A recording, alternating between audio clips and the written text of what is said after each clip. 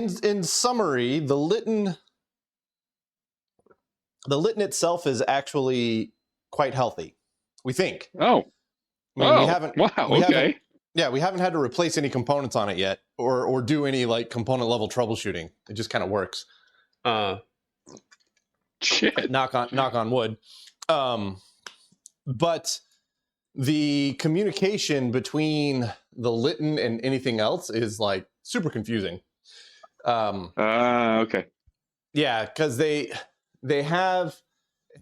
Let me aim the camera at me so I'm not like directly behind the chat window while we wait for Twitch to crash 3 times here in the beginning. What's up, Matherius? There it goes. Hey, that was the crash. All right. So the Litton has an 8-bit parallel bus. Yep. An 8-bit out and an 8-bit in. They're separate buses. Okay. And everything uses those same 2 8-bit parallel buses.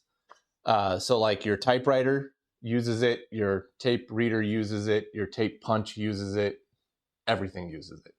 And interesting. So you send out a device code, and the thing that's listening for the device code goes, "Oh, that's me," and then it does something.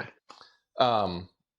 And so Reese actually knows a lot more about the specifics of that, but we are. I didn't get a typewriter with it.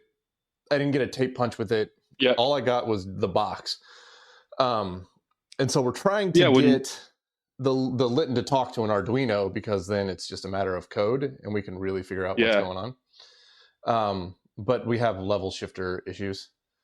Litton uses Litton uses 0 volts for logic 1 and negative 12 volts for logic 0. Oh, that's like the most annoying. Yeah. Well, no, the Data 620 is the most annoying it could be. Yeah, the Data 620 I think is a little worse, because the Data 620 inverts it. Data 620 is negative 12 volts for logic 1, 0 volts for logic 0, which is like super confusing.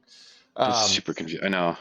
Yeah, so we have to take that 0 to negative 12 and shift it up to 0 to 5 volts so that the Arduino, and then we have to go the other direction with it too. And so 256-byte RAM and Roy and Reese kind of worked together and came up with a like really simplified level shifter design that we built out, but we did the calculations based on an 18-volt rail being 18 volts.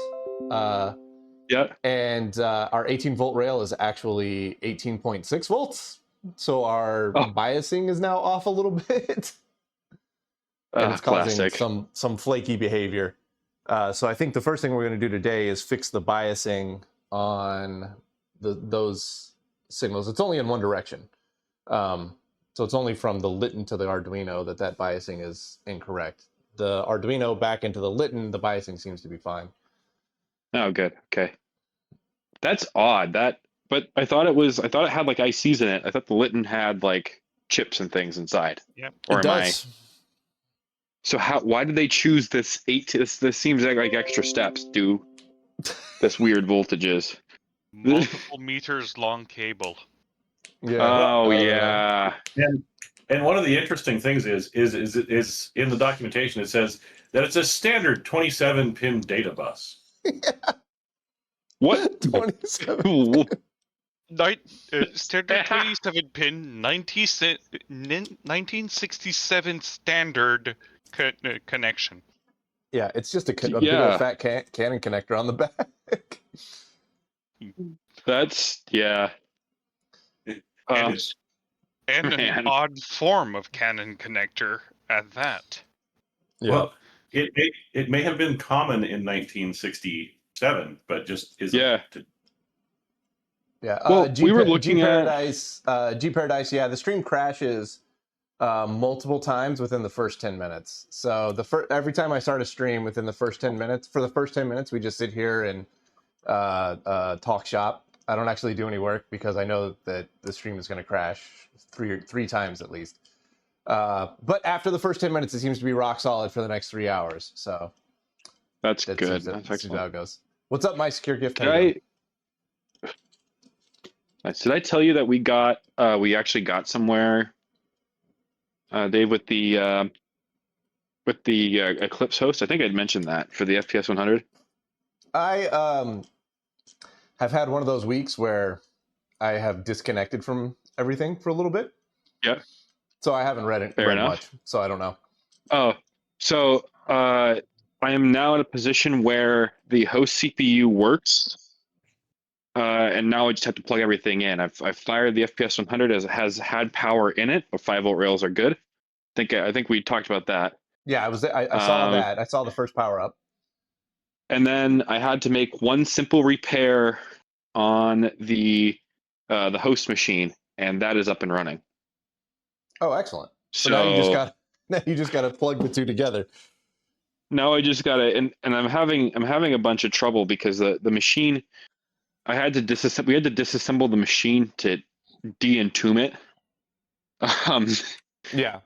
I have some photos of where it was that I won't share publicly because of where it was. Yeah. But we had to like disassemble it to get it out of where it was. And so now it is disassembled and spread out across the basement.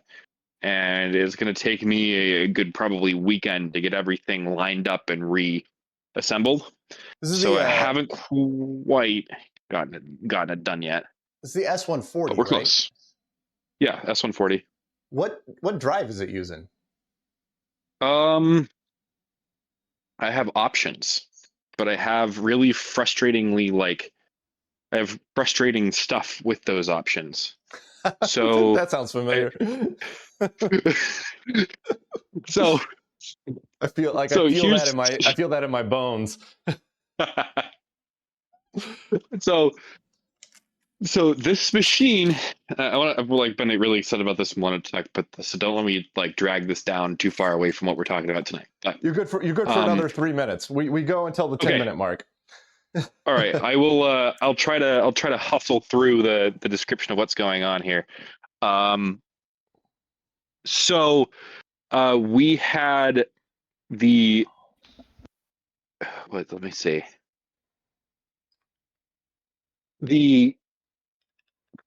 So this machine, I don't know exactly where it came from or how it ended up like this, but it did. It is set up for the UK. So it's set up to 220 volts. 220 volt. 50 hertz. Now, okay, that's no problem. I'm thinking, all right, so the CPU, I literally just need to switch the cable, I need to switch the plug end on the cable, and that's it. And it will adapt to, I may need to repin it or make a new cable, but no big deal. I can handle that. That's not a problem. So I grabbed the cable from my Nova 4, plugged in, got the CPU and chassis and memory up to basic. It ran basic. It ran Mandelbrot. It did everything normal. So I'm like, great. Here we go. That's fantastic. No problem. Well, the Argus drive has a plug in the back, and that plug in the back specifically selects, which I don't know why they did it like this, the voltage. And in order to change the voltage, you have to change the plug. And the plug is undocumented. So I got it. So you got a little bit of reverse engineering to do. So if I want to reuse an Argus drive, which will be one of 2 in the world that are running if I do that, I don't know why I'm so obsessed with one of the only ones in the world, but it gets people's attention. I can do that, or I have 4 Fujitsu Eagles, one of which is dead, and there's a spare parts donor, and 2 of which are marginal, but one of which is running. And I have the controller, but in order to use that, I have the really annoying problem of it requires the tape to be working. So I'm in this catch-22 where why I can fix one thing to be working? Because I have to configure the disk controller over via tape. I have to run the configuration program over from tape. Potentially I could boot it in the emulator and then copy the memory. That might work. But then I have no way to actually get stuff from the outside world. Is only archived on tape. Yes. Oh, that's a pain. And it's bigger than fits in RAM. So it's this Yeah. That sucks. So catch 22, right? So I'm like, so now all of this stuff is in my basement, taking up a ton of space, and so I'm like shedding stuff as fast as I can, and I'm having a hard time doing it. And I'm like, my interests have shifted to like pre 1980s strange architecture mini computers in addition to this stuff.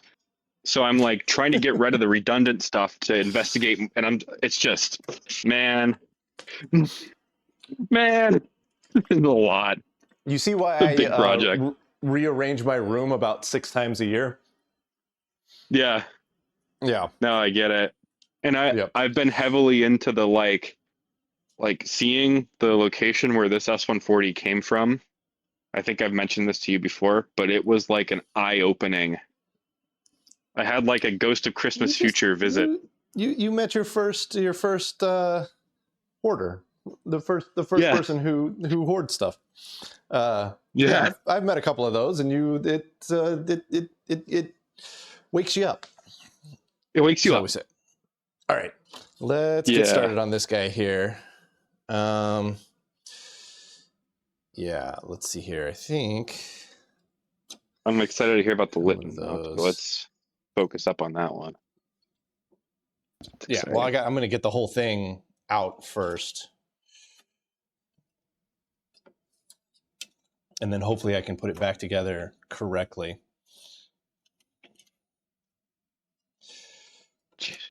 With that. I was gonna say it's a nice day to not have bit savers, but it seems to be back online. Oh, did bit savers come back up? Yeah. I wonder if Rob's site came back up. He was down earlier today too. I'm sure. I've been pure coincidence. Digging. I've been digging through some documents in there, and I hadn't downloaded them. So I went to click on the next thing when it crashed and it died, and I was like, "What the?" Yeah, there's a couple good bit savers mirrors out there. All right, let me get chat over here so I can actually read chat. I think somebody said what's up, but the text is so small back over that way.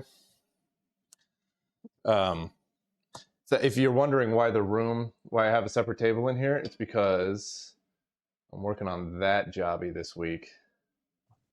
Hang on. What are you showing? Yeah, it's showing up on the Twitch stream. I call it my mini computer. Oh yeah. Because it looks like a miniature mini computer. Yeah. Homebrew DMS 9900. I like it a lot. Unfortunately, I saw the assembly question. The assembly has changed since then a little bit. Yep. I discovered that one of the major problems that I had was that I plugged the data bus into the interrupt lines, not the data bus lines, because I'm a big dum-dum. Let's see here. We got Utred 728. What's up, man? Thanks for joining. I'm finally catching up now.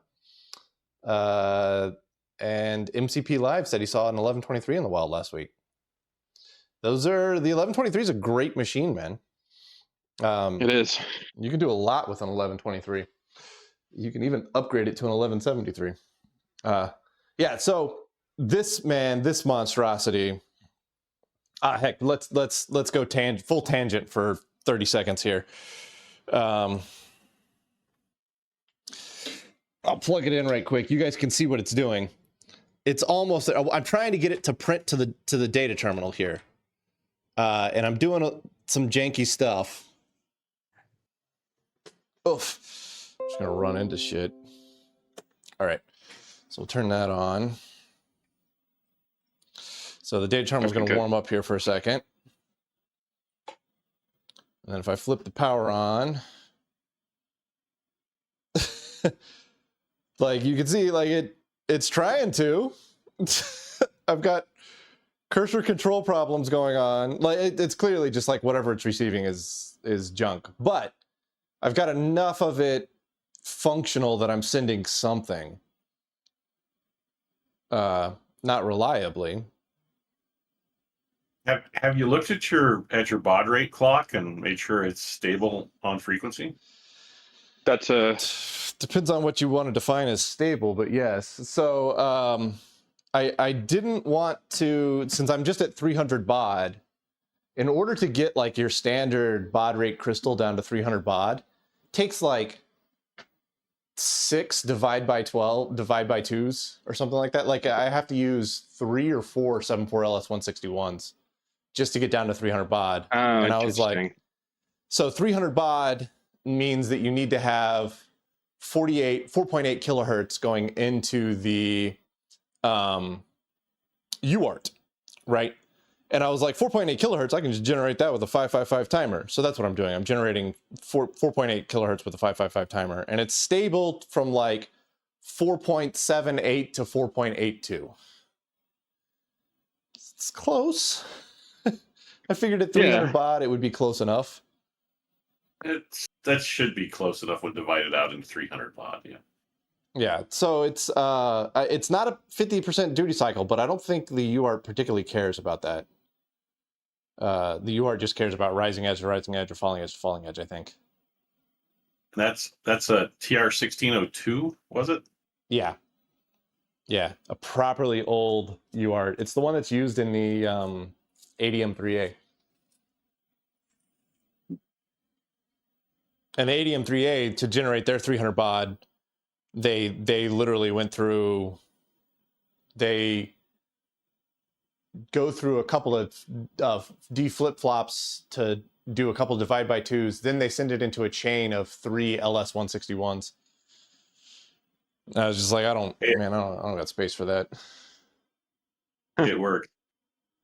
If the terminal has an actual UART inside of it, most of them quote a clock recovery tolerance percentage, and as long as you're within that percentage, you're good. So they already account for some clock slop in the serial physical protocol itself.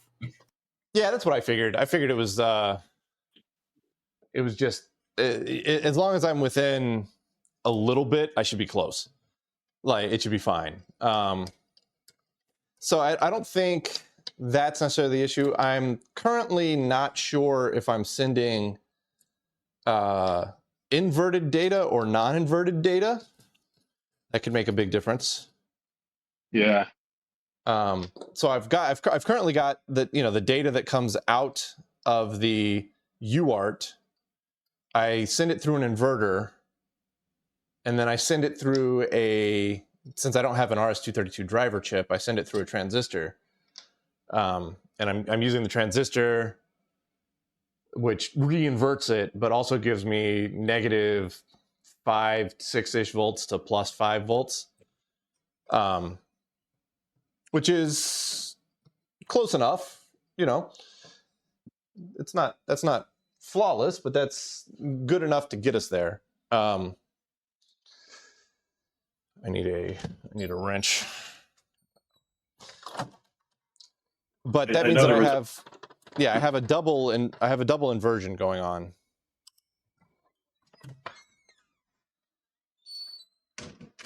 So I go from you can go ahead.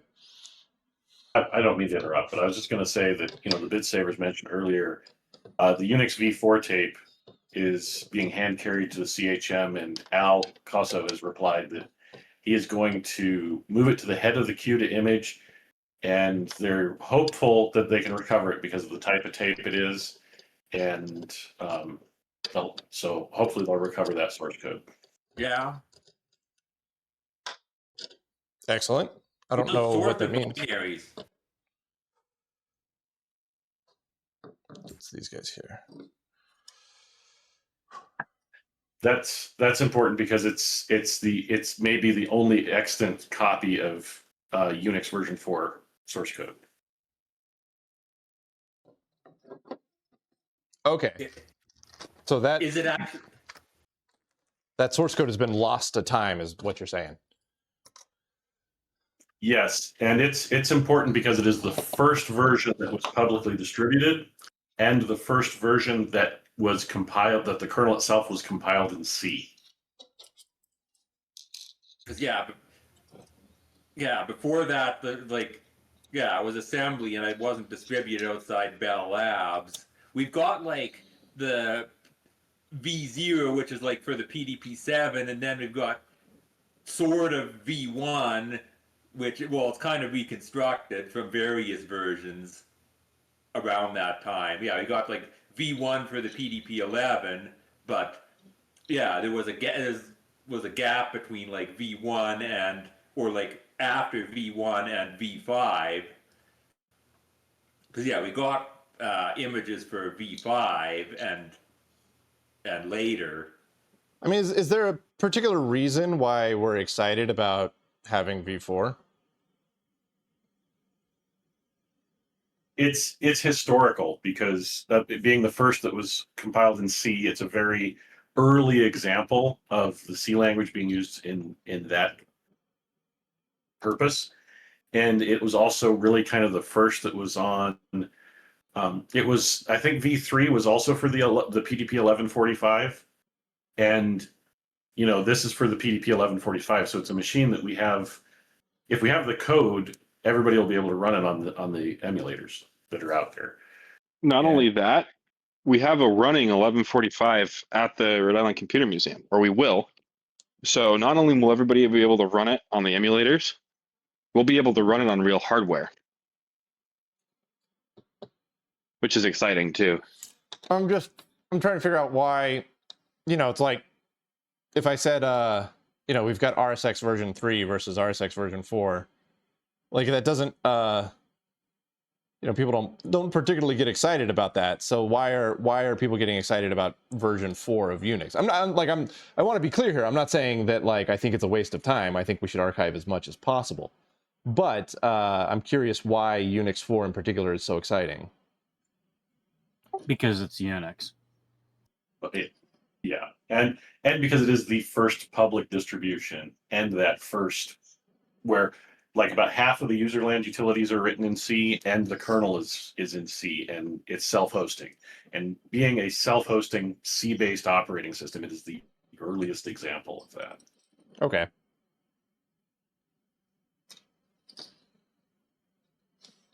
All right, that's going to work. All right, so for anybody curious, what we're doing is we're soldering 33k ohm resistors in parallel with the 10k ohm resistors that are on the base inputs from the Litton into the level shifters. So that way our bias shifts a little bit. Because we're seeing that the transistor is affirmatively turning off, but only partially turning on. And it's only some transistors. Right. I was going to say, and that was verified last week with the oscilloscope. Yes. But only, the weird part is that it's, legitimately only some. Some of them are biased just fine, which tells us that what the Litton is outputting is not identical from pin to pin. How am I going to do this without... Wasn't it also that the data bus was acting differently than the other I/O?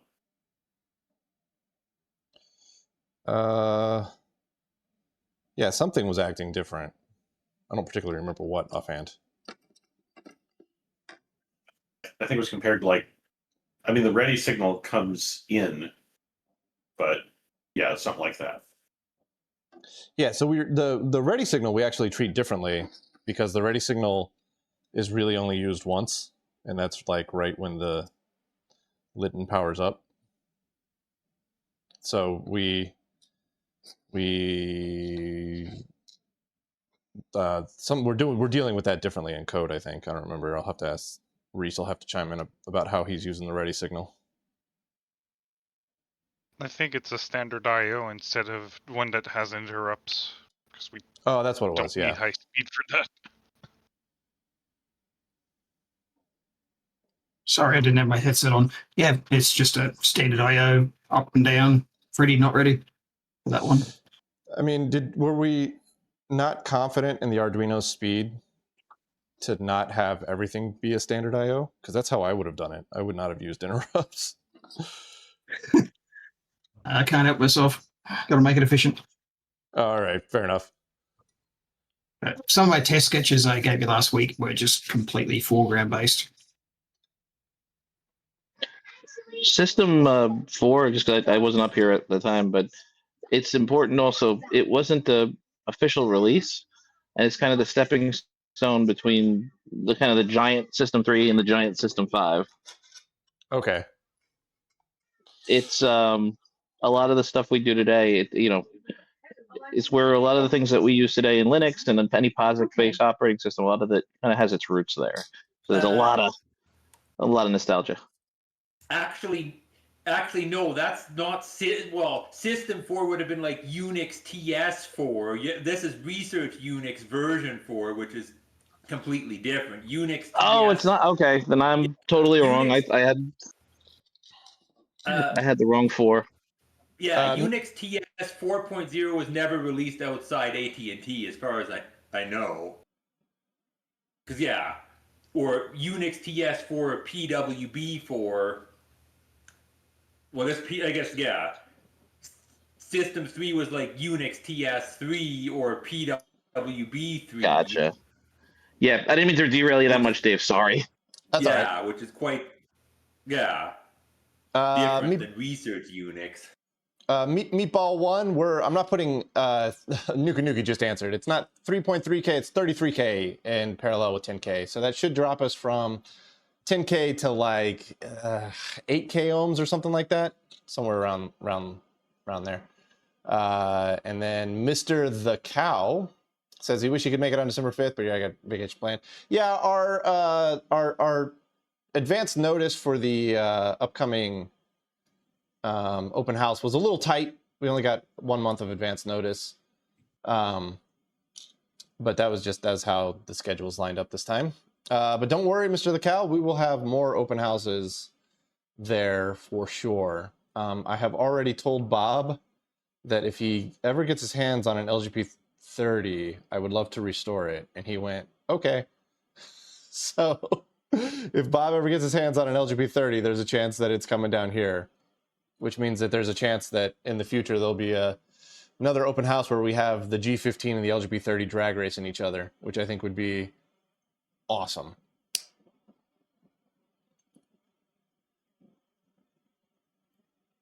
I mean, I already want to drag race the G15 versus the LGP21, so. Yeah, there you go. K Gober's got it. 7.67K, something like that. That sounds about right. And that's pushing the bias maybe a little tight, a little far in the other direction, but we tried it on 1 pin already, and it seemed to clean up pretty well. So we're going full send on it. JBev, Yeah, too slow on the would, math type in there, buddy. Yeah, we can push it till we get like 0 volts to the base, and then we'd be pushing it over 5 volts emitter to base, and we would be making the transistor not so happy. Wow. As long as it's not on fire yet, we're doing all right. Yeah. That's my goal. Don't catch it on fire. If it doesn't catch on fire, you're doing all right. I think I did the math, and we'd need to put a very small resistor next to it to get in that territory. So Thermal Dragon is way fine. Thermal Dragon, the G15 Hello World stuff. That's all in intercom, and Lloyd's intercom emulator has made some pretty good progress. I don't know if he's got the full formatting fully figured out yet, but ping me tomorrow and I'll try to get it to you. I've used it a couple of times, but I think it's gone through a couple of revisions, and I need to get the newest version from Lloyd. But it's getting pretty good. It just runs in Python, so, which is like a blessing and a curse. Python is both good and awful, I feel. Yeah. It's the ultimate glue. It gets everywhere and everything's sticky. Yeah, well, the problem that we ran into when I made the switch to Linux was FlatCam. So FlatCam is built purely in Python, and the Windows version works just fine, but the Linux version refused to work, and it was because of a version 4, version 5 thing of some module that it was programmed in that's not explicitly Python. Thankfully, somebody's Google foo was better than mine. Frank's Google foo was better than mine, and he figured out a way to get around it. So we do have working FlatCam now, but it was a battle, man. It was not pleasant.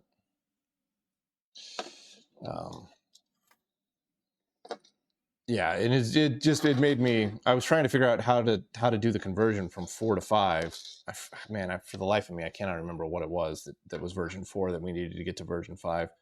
And you couldn't necessarily go backwards because Python environments, you can like set up a virtual environment, like a virtual Python environment, but even that like wasn't going smooth because of like Python's integration with Linux Mint. It was just like, it was rough. I have a newfound hatred for Python after that. I would rather deal with assembly almost than Python.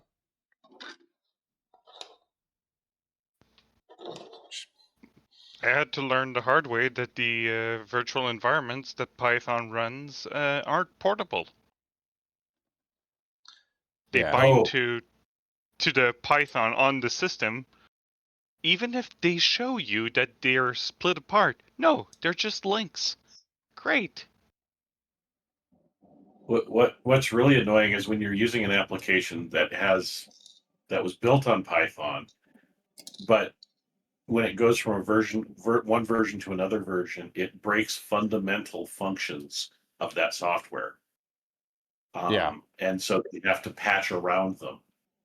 Or even worse, the operating system changes something that breaks Python.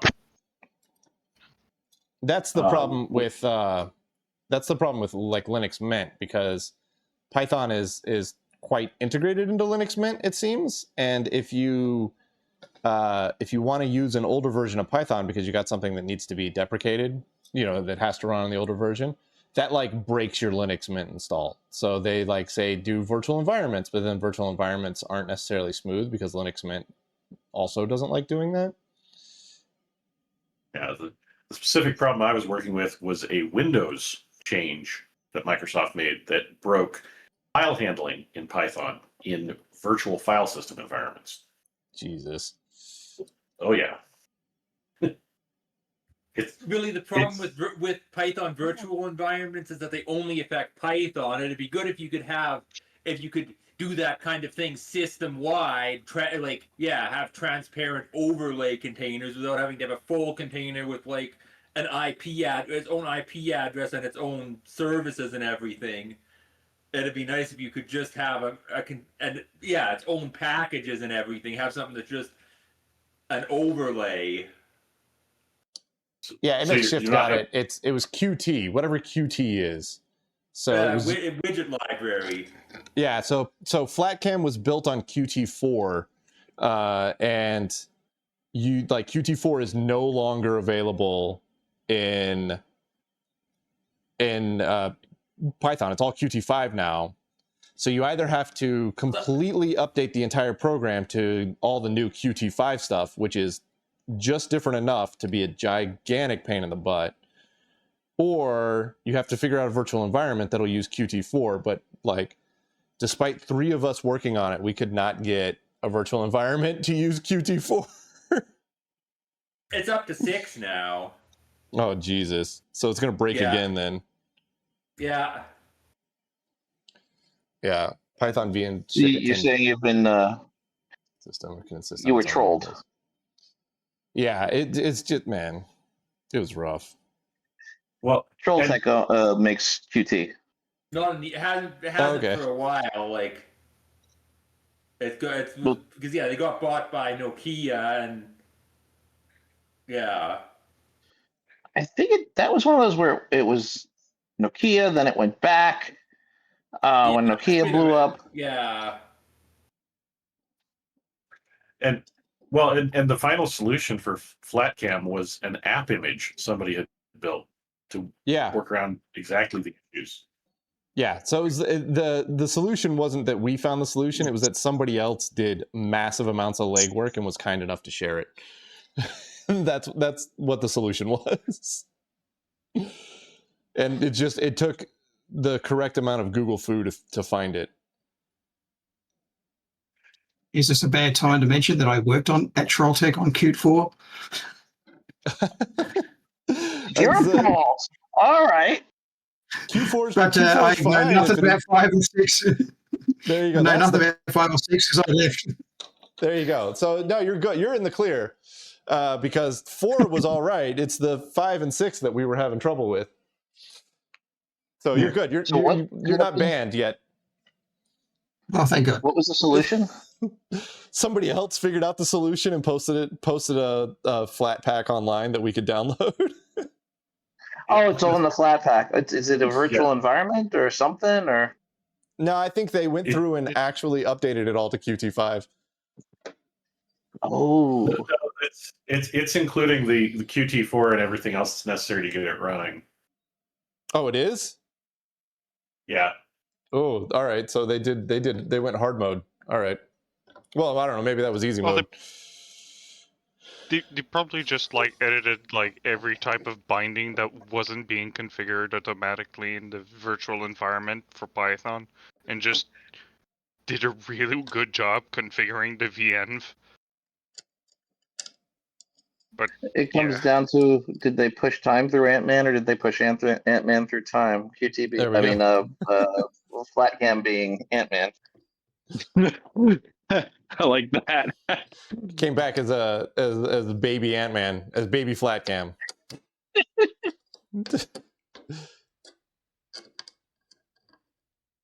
I love that line, and I'm not going to repeat it here. My favorite line of that is she goes, "He's a baby," and the Hulk goes, "But he'll grow." Yeah. I like that somebody pooped my pants. I'm not sure if it was young me or old me. Yeah. Yeah, that was a fun movie. That was a good blockbuster. It was. It was. Well, on the long side, but it was really good. Yeah. It was also like the last time Marvel was fantastic.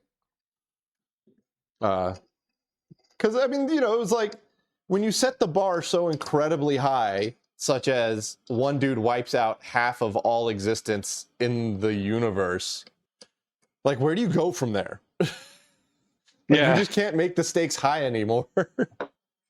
And when you look at the box on those two movies, just dear Lord.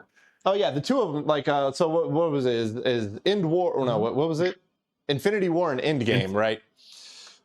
Yeah, it's like almost $4 billion worldwide gross. Yeah, between the two of them, it is insane. Yeah.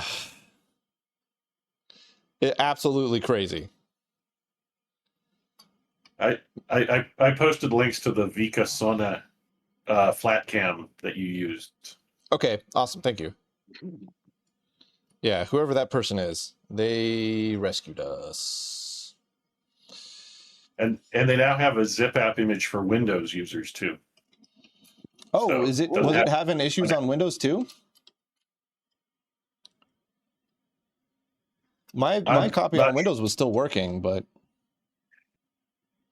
only just. It may have been an updated version of what was available. I feel like I probably should learn how to use PCB to G code, but even that was like kind of an outdated and an absolute pain to get going. Like that was a real struggle too. So it's like there's just not a whole lot of good solutions out there for taking Gerbers and turning them into G code for a milling machine, which is weird. I feel like that's a thing that, more and more people are wanting to do. Yeah, this is actually a newer version of FlatCam, but with everything needed for it to work. So it's the 2024 April release, and so it's using Qt 5.15 and Python 3.1. Okay, so that one, So that's it. Yeah. Wait, which one? The one that you posted the links to? Yeah, and I think this is the one that you ended up using that worked. Okay, yeah. So it is using Qt5. Yeah, it's built on not the current GitHub code, but a version of the GitHub code that works. Okay. All right, let's see here. That's all together. That's together. Those are all plugged in correctly. So let's get you back One inside. place to look.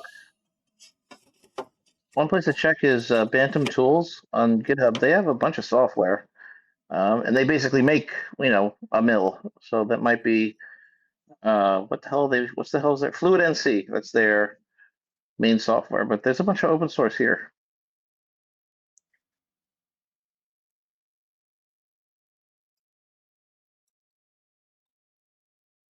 DAIAOLI. Let's see, Arduino out, Litton in, Litton out, Arduino in. Okay.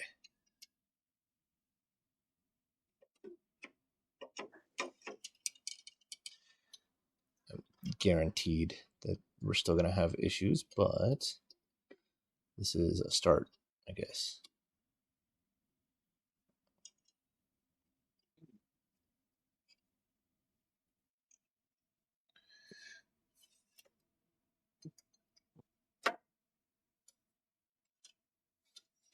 You know what? I think you're fine up there. Okay.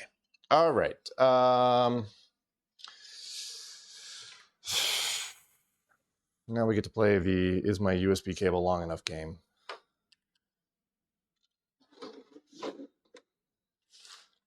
And then Reese, what sketch should I start with here? I put the a Litton input sketch in the channel earlier. Start with that. It's help us diagnose the input side because we know device select and output works now. Okay, sketch for helping diagnose input issues. All right, we'll start with that one. Yeah. Or do you want to go for broke and go with just like the regular? We could do that. I got another sketch to go for broke, but one step at a time, I suppose. All right, it's up to you. Yeah. Well, all We're right. still trying to figure out. We'll start with order. this and then go from here. So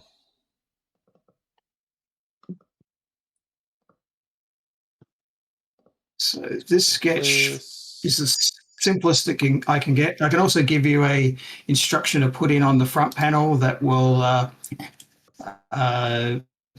basically go into echo mode and just will echo everything that's typed back on the output so that we can just get Opus out of the mix.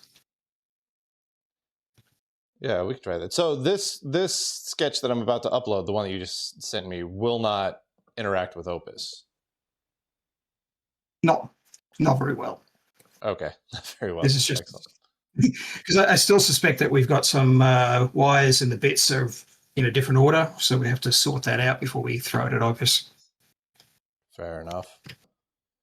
All right, so I'm going to upload this sketch. That's done compiling. Done uploading. So we're going to close you. Come back over to here. We're going to do sudo minicom lit. Okay, not ready. Yes, thank you, minicom. I have yet to turn the power switch on. Let me resize this and hopefully get it to a point that you can see it. Let's move you over here.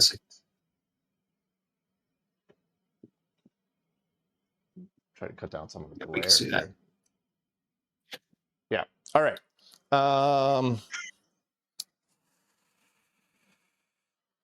Okay, Litton coming up. Litton not coming up because I forgot to turn the power strip on. Okay, now the Litton is coming up. I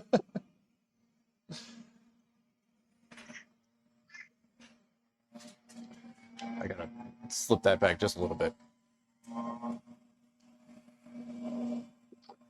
So we should get ready here shortly. All right, I did get ready, but it didn't say ready on here, which is weird. Oh, there we go. I got a device select 0xFF. All right, what do I do? Okay, let's put in the instruction. Yeah. So on the front panel. Yep. Let me know when you're ready. Yep. So command register 58. 58 is 101 1000. Okay. 00. 00. Okay. 40. 40. Okay. 1F. 1F. Okay. 70. 70. Okay. And 00. 00. Got it. Okay. And this should read from the input right to the output, just over and over and over. So, but now the catch with that is if it doesn't read anything, it just outputs a 0. But I've made the sketch just to ignore 0 bytes, which is a space for now. So we hopefully only see things that are non-space. So run that. Okay, it is running. If I hit the keys across the 1 through 0, I get 0xFF on repeat. Right, it's giving you 1 every time you press a key. Yeah, but that's all it prints is 0xFF, and it depends on which key whether I get that or not. Like G does not give me that, but F does not give me that, but D does. It's possible that might be parity checking. That some of the keys are basically, if the bits are flipped around, maybe some of the keys are coming out as bad parity on the other end. But yeah, so this means that it's reading back FFs each time rather than what is coming through. Okay, so can we test just the output with like you had that program that we toggled in that just did UE1 over and over and over again? Sure.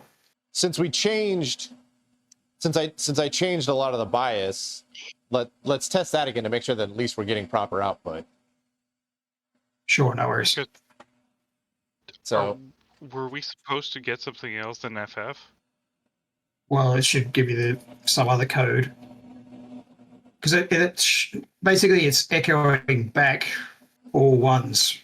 So, okay, so the instruction, when you're ready, David. Yep. Okay, so 7-8. 3 8. Okay.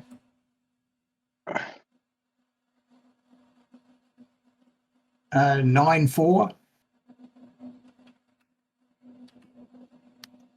Okay. 7-8.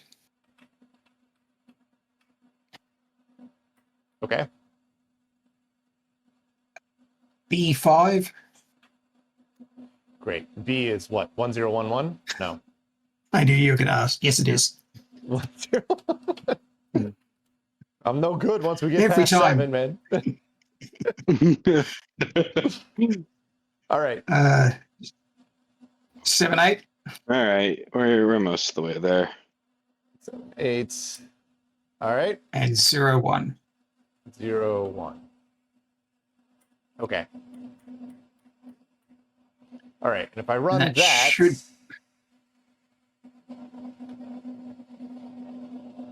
I should be getting something on the output, right? Should. I'm not. Oh, hang on. We haven't done a device select. No, that shouldn't matter. No, that shouldn't matter in this case, no, because I'm just ignoring device select. Okay, what are we broken with output? We got nothing on output. Like, absolutely nothing is moving here. Full AX. Let me restart Minicom here. Go back to a previous sketch and try again. No, Maybe it's still saying not ready.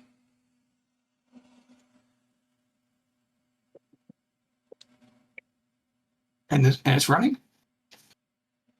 Yeah, well, I'm getting 0xFF a couple of times, but it says not ready. I'm feeling like our input, our Litton out, Arduino ins are not working at all. Yeah, like when we changed something on those. We're not getting 5 volts. We're getting ground because that's getting inverted.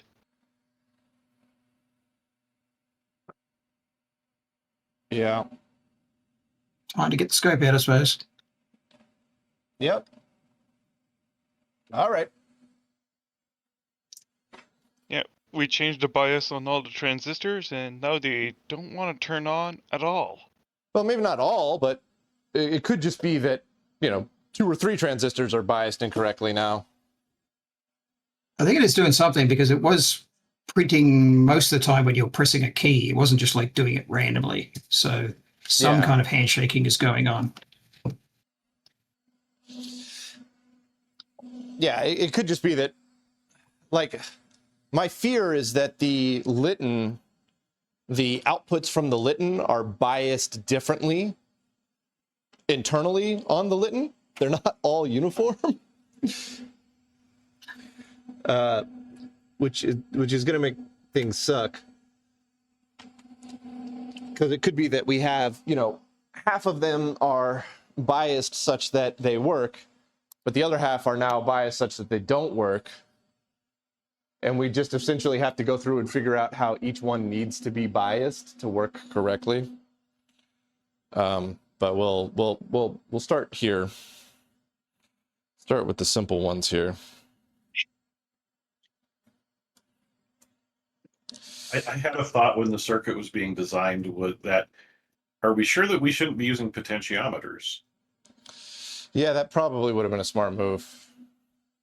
So that way we could just bias each one, like those nice 20-turn potentiometers or whatever. Yeah, that way you can set up. Yeah, we can get the bias to work for. You can tune the bias for each individual thing.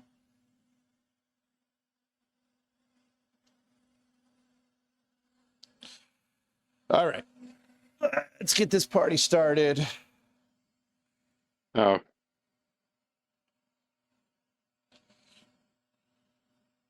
See. 1 hour, 15 minutes. Okay. Means I have about an hour and 15 minutes. All right. Good. All right. Let's check. Let's start with the obvious stuff here. Check that we got voltages going on. So that should be +5. We do have +5.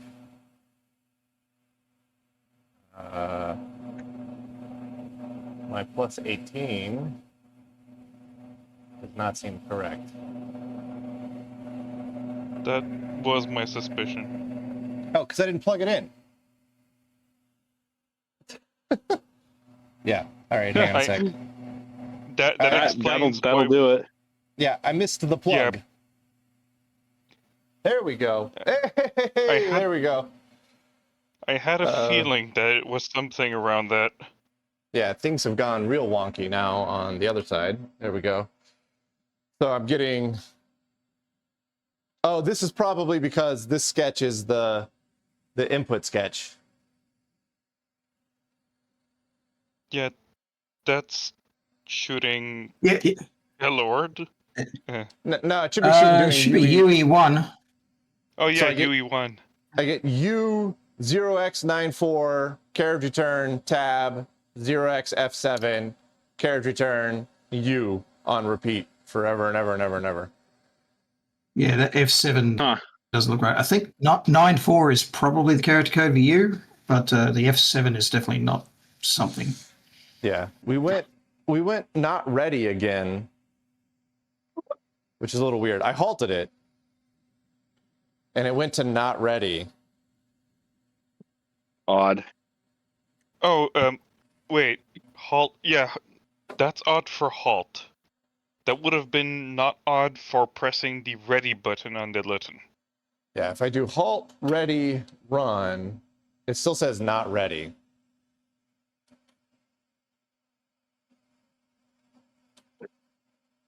Yeah, if I do a halt, ready, run, I get a device select of 41's good. 0x41, 0xFF, but then it just says not ready. It says I'm seeing ready. a 3D there, which is the 3D is either a carriage tone or a line feed, I think. So some characters are getting through, and the device select 41 is correct, but most of them are just scrambled by the looks. How do I clear the screen on this thing? C. Okay. Control A, C. Let's get a fresh shot at what it's doing here. Halt, ready, run. Oh, you get a bunch of junk. Okay, so you get it says ready, then you get device select of C0, then an 0xFF, then a device select of 0xFF, then 0xFF, then not ready, then 0xFF, then not ready, then 0xFF, then ready, then 0x3D, then 0xFF, then not ready, ready. It's a kind of a mess. Where's my phone? I'll take a picture of it and post a picture up. Yeah, I can see it on the video.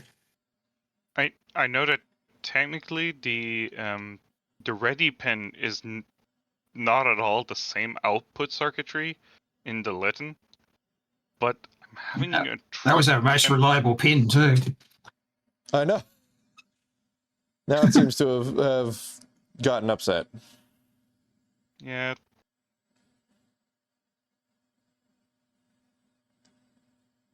That one, we might be pulling too much from that pin. I'm not sure. I mean, is the ready, not ready thing that we're seeing here indicative of Something's jittering? Is that the ready thing that we're seeing, or is something resetting the ready status within? Because the fact that it says like not ready, ready, not ready, ready, not ready, ready.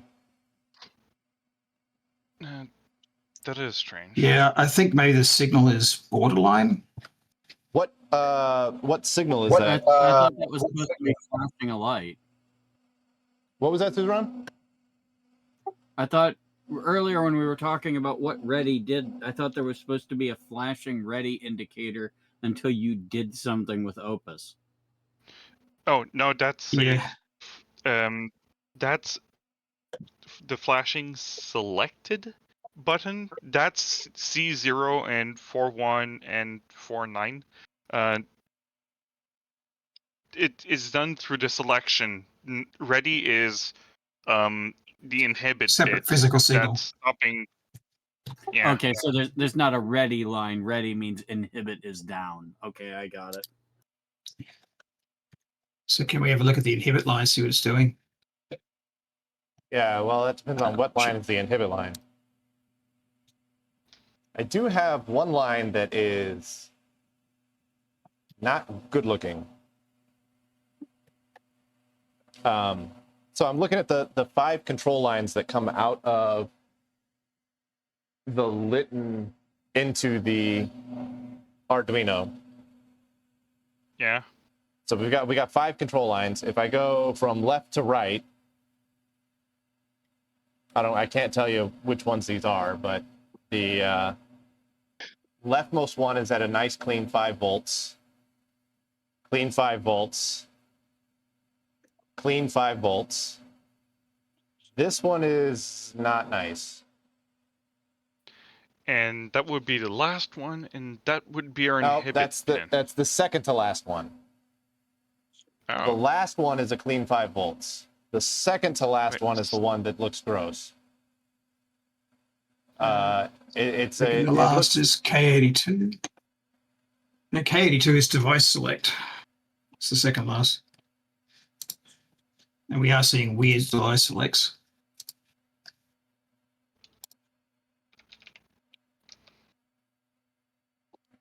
Yeah, this one is. Let's see if I can find it on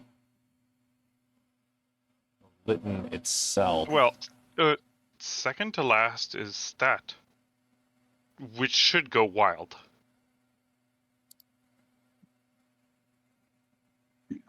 Confused.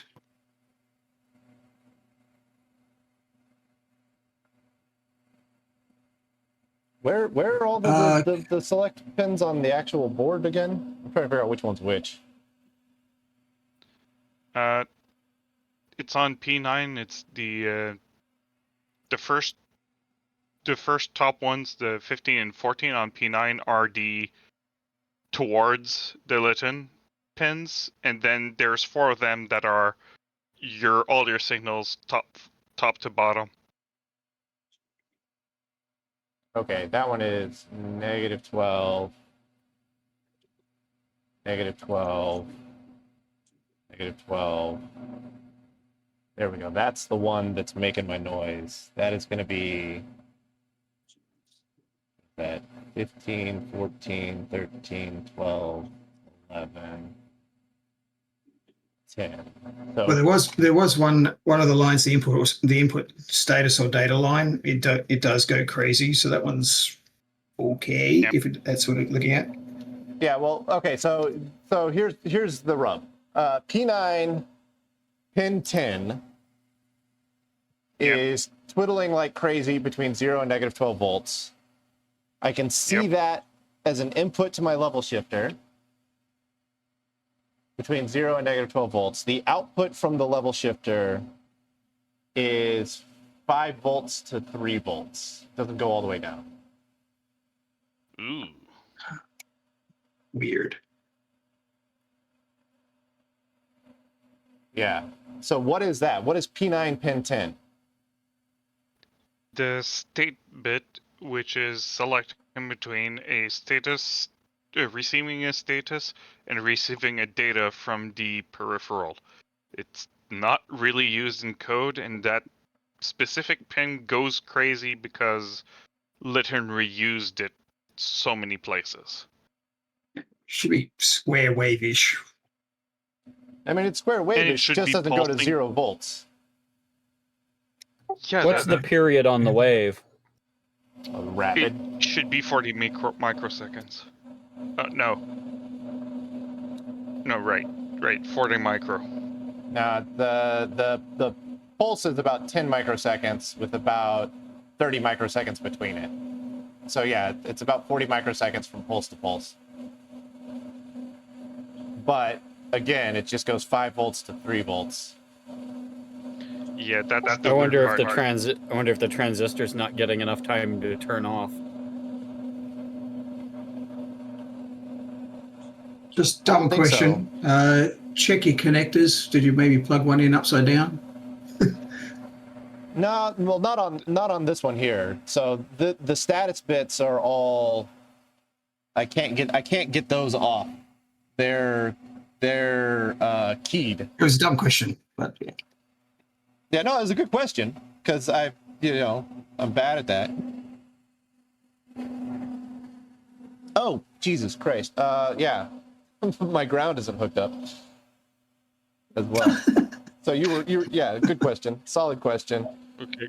Let's try that again. Oh dear. Yeah, checking voltages and Well, I was it's checking crazy that all voltages. the rest works. Good Lord.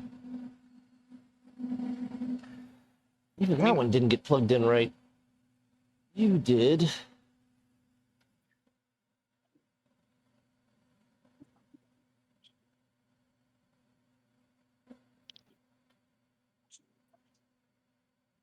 All right. That should operate a little better. Let's do a halt, ready, Yep. on. Somebody Yeah, okay, chat, so someone has do a control A, C here. do a halt, ready, run. I get a device select of C049.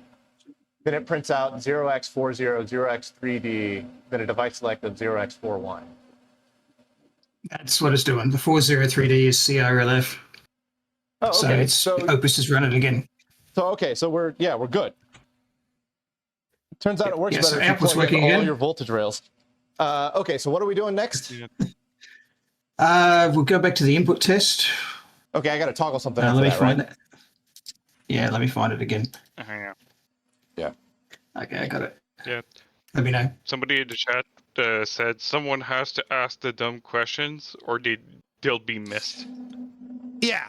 Well, Yeah. I mean, I had everything on the scope looked all right because I ground was, I don't know. We had a negative voltage in there, so maybe that was influencing things somehow. I don't know. All right. What am I toggling in? Yeah. Okay, 5.8. Okay. 0.0. Okay. 4.0. 4.0. Okay. 1F. 1F. Okay. 7.0. 7.0. Okay. And 0.0. 0.0. Got it. Okay. Come back over here to Minicom. Start Whoa. counting buttons and see what happens. Run that. I get 0x80 on repeat.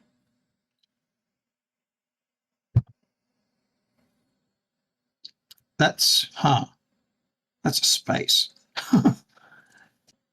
Oh, I know what's going on. It's put the parity on my space character. Because remember I said before that I set up Sketch to ignore spaces, 0.0. Yeah. If you pan any other keys, do you see anything fly by? Not necessarily. No, I don't see anything that I can see, but that doesn't mean that it's not happening. I mean, it's filling the screen up. Okay, we'll just change the sketch. Hang on. Let me find the right line of code for you to change in the sketch. Okay. Oh, did you use the output with parity? I believe I did, yeah. It's okay. Okay. Because I wanted to see where the parity bit was going around. Well, so that was fun. Sorry. JBev, my user account is not in the dial out group, and I'm way too lazy to add it because I don't have it memorized. I'd have to Google what it is to add my user to the dial out group. So I just type sudo because I'm lazy.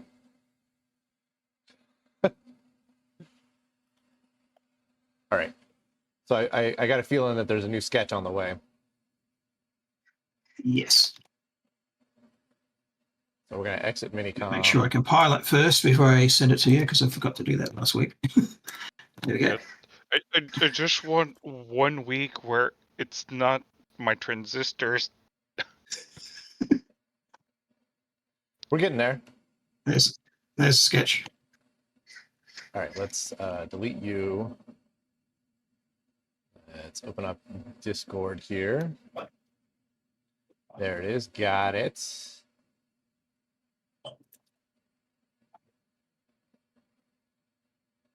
Somebody in chat said your account.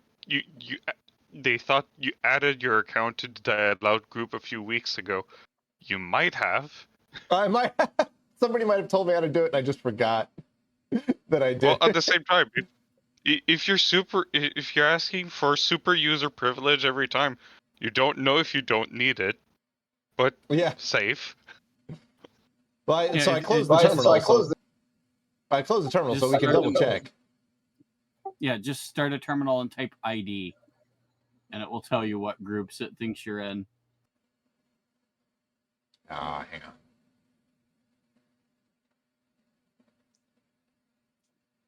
I've got too many things going on at once right now. Yeah. Get this up and going.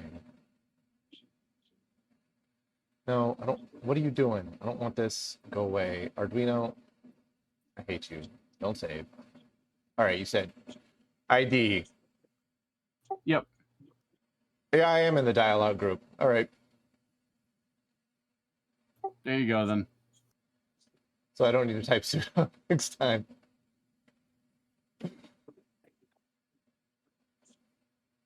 Who needs to sketch inside the folder? Create this folder, move file location, and continue. All right, I guess. It didn't like that the sketch was named differently. I don't know what it's Same. I think we did that specifically in order for the Arduino stuff to not get upset. No, yeah. No, I'm having issues with my download. It got multiple of the same Litton input. Maybe just rename the file to something else, input 2 or something. Yeah. Litton input final, really final, this time 002. Oh, don't jinx it, man. Now it won't be the final. All right, I think this is correct. Done compiling. Done uploading. All right. What's up? I don't know how to pronounce that. Nather Kassam. What's up, dude? All right, let's go minicomlit. All right. Let me run it. Well, I'm not getting 80 on repeat anymore. That's good. Okay. And some keys. But I'm not getting anything. Dang it. I didn't even get a ready or not ready.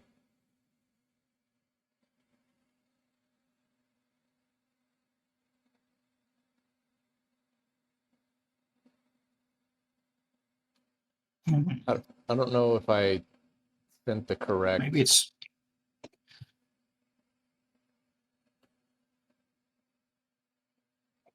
All right. For some reason, I want to read that name. Re-upload the sketch, I think. Well, I've got one here that says Litton Mega 2. What was that? Oh, that was something from a couple of weeks back, I think. We'll give it a try, but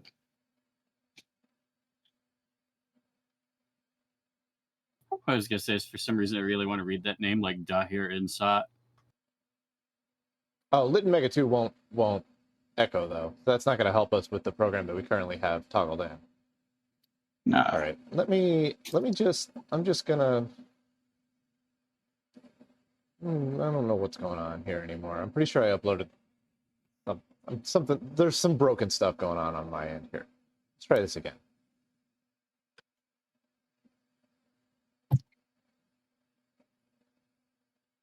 Just to know, which of the many input instructions was that? Okay, I'll just paste it in the chat. Hang on. I'm going to find it again.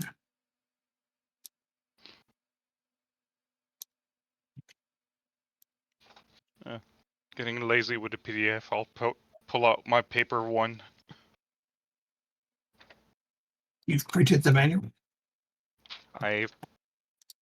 Yes, part of them. Especially instruction set. Yeah, I'll print out manual parts if I want to write on them. Oh, it's just I have the wire glossary and the instruction set because I was trying to learn them. All right. I re-downloaded, recompiled, and uploaded the sketch, and it doesn't matter what key I hit, I don't get anything in return. What? Just do halt ready run again. Is it doing anything? No. Even if I just do a halt run, I don't do anything. If I do halt ready run, then I get device select C049, then I get the 403D, then a device select of 41. Never said ready or not ready. That's interesting. Yeah, I think basically the character is ready for reading, is just not getting through. We need to probe the input busy line back to the Litton to see if it's getting it.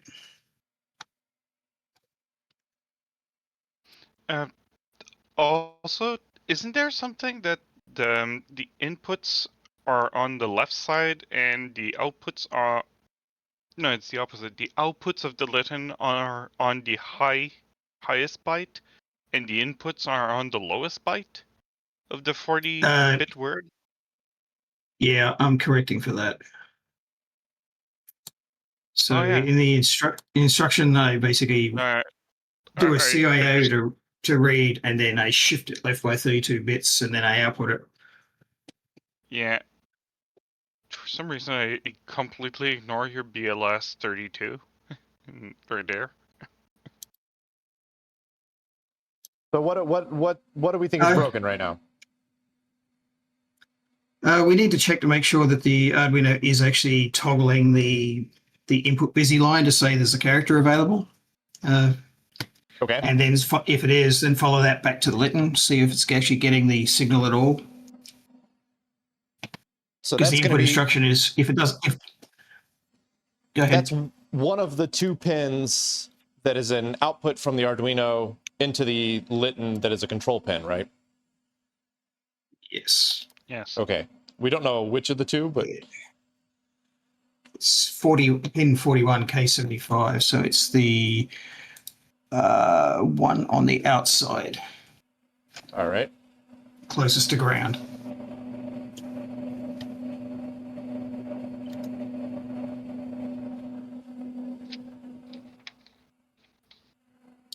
And I suppose we're going to have to put the instruction back in again for doing the echo.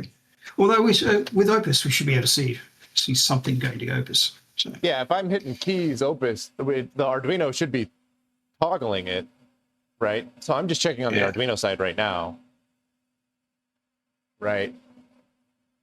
And yeah, so let me grab a single shot of that. Yeah, it's only going to be like a 20 millisecond pulse. Like dead on perfect 20 milliseconds. Yeah. Like exactly 20 milliseconds. So whenever I press a key, it doesn't matter what key it is, I get a 20 millisecond pulse. Yeah, because I have a delay 20 milliseconds in Sketch. Okay, let's check the can you check the Litton side to see it's getting through the shifters? Yep. I'm headed to that next. That would be P915. I'm going to check it right here on the... Okay. Oh, I don't think I'm on the pin. Now I am. Okay, so currently that's sitting at about 5 volts. Yep. And every time I hit a key, yeah, it triggers down to not quite -12, triggers down to about -9 volts. Should do it. We could try increasing the time to make the Litton is just missing the pulse. Normally I would leave it low until the Litton acknowledges, but I don't trust the acknowledge yet. So let's just increase the time in the Sketch. I mean, it should be able to read the input within what, like 3 times 40 microseconds. It should be able to. Well, you're getting 20 microseconds or 20 milliseconds, which is a decent amount. Yeah. So, but the pulse we need to have a look at the input. Yeah, the pulse is coming. The pulse is definitely coming out of the level shifter.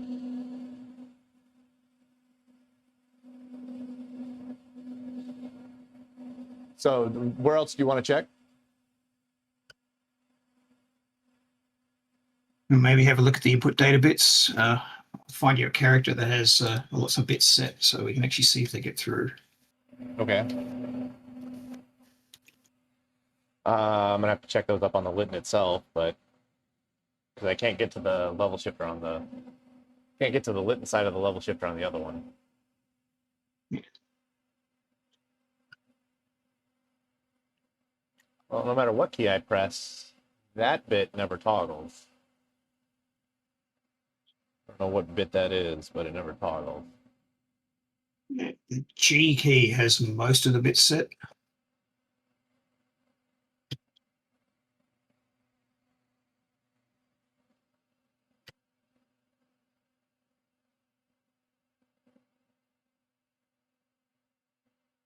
Oh, when they set, they just yeah, when they set, they just stay set, huh? yes.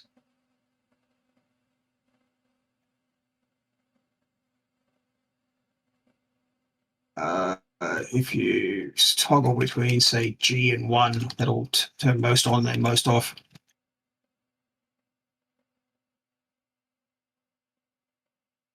Okay. So I am seeing Arduino twiddles coming in on those 2 bits. Not on that bit. There is at least 1 or 2 bits that are going to be 0 in both cases. That bit. So I can see So G pretty should much... have five. G should have about 5 bits set. So whatever the far right bit is, probably bit 8, that never gets set or never gets reset. It's just stuck at 5 volts. Yeah. Yeah, that because that bit is parity bit. It's always going to be 0. Okay. So that one never working... twiddles. The now, if we want to check what's going into the Litton, I got to do it on an actual connector. So you got to give me a P number, P8 number, or whatever. Roy? Yeah, it's on P9. Wait, no, those are the other way around. It's the P8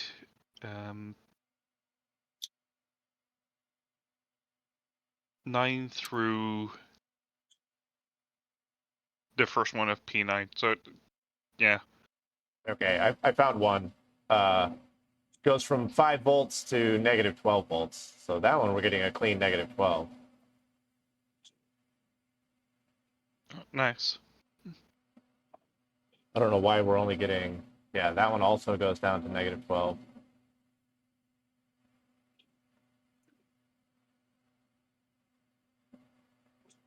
That one also does. So I'm seeing input bits twiddle on the Litton side from +5 to negative 12. I mean, enough that we should be seeing some kind of interaction from the Litton. So I think our data input to the Litton is probably fine. The concerning one to me is the this one on the far left here, which just goes from this guy right here, actually, which doesn't go down to negative 12. It goes to negative 9 or something. I don't know why that one's not going low enough. And I think that was probably bit 7 of the input, or bit 8, which would be the parity bit. So if the parity is screwed up.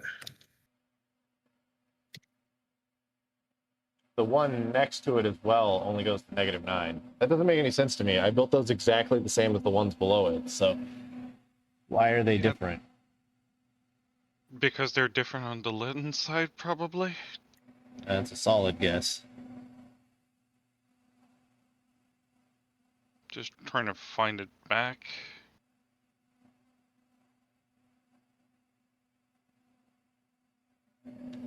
I mean, the question now is negative 9 volts low enough to actually trigger the Litton? Anything below, like, -7. They test to -6 on a transistor.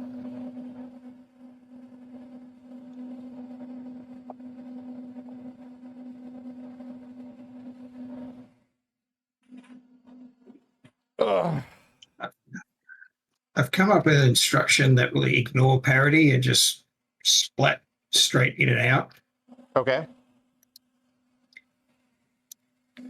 Want me to toggle that in? Give that a try. Yes, please. All right, let's halt this. Okay. Okay, 5-0. 5-0. Okay. 0-0. 0. Okay. 4 0 0. Okay. 1 F F. Okay. 7 0 Okay. C 0 Great. 1100. 1100. Yes, Okay. every time. Well, as soon as you get past A, I'm done. Okay, that didn't run.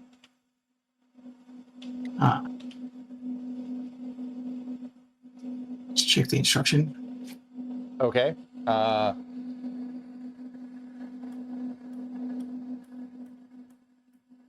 Something went wonky here. So we're starting at, that's not 7-0. All right, let's just start from scratch. What do we start with? 5 0 0 1 0 0 0. Okay. 0 0 0 0. Okay. 4 0 4 0. Okay. 1 F F. Okay. 7 0 Okay. C 0 0 0. Gotcha. And then let's double check that. I'll read them back to you. As 5 0 0 0 4 0 1 F 7 0 C 0. Yep. All right. That now runs. I must have toggled it in wrong the first time. Or the dial glitched.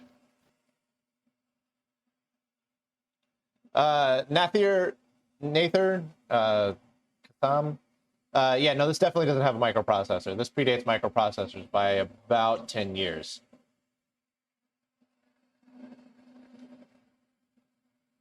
And yeah, pushing any buttons doesn't do anything. Although I hit some F buttons and now that that max, that like, how do I get out of full screen? There we go. Yeah. Yeah, nothing coming back out. Dang it.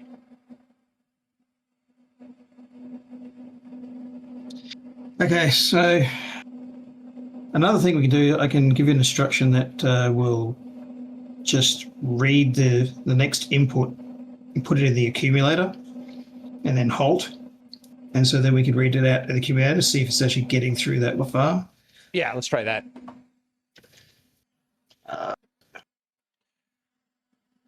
Tell me when you're ready. Yeah, I'm moving the camera around here, so my toggle session doesn't look so dumb. Okay, let me halt this. Yep, I'm ready to go. 09 0 9. Okay. 50 50. Okay. 00 0 0. Easy one. F9 F9. Okay. 99 9. Okay. 0A 0 8 1 0 1. Ooh, that's interesting. I tried to type in 1010, but pushing the 1 button lit up the 0 button. Oh, that might be a weird timing glitch. Yeah, every time I press the 1 button, the 0 button lights up. So I get 1011. Hang on a sec. Let me see if 0B is going to be a problem. It shouldn't be a problem if it ended up as 0B. Okay. Not for this test. Hopefully that's not indicative of a failed IC, but Might be. It's like I've ran Verilog simulations of the Litton, and I have ideas, but my simulation doesn't run. So Yeah, it's weird because I don't have that problem on anywhere else Yeah. except for that last group. That's strange. Okay, so this does not run. I hit the run button and it just stayed halted and then cleared out the accumulator completely. no, that's fine.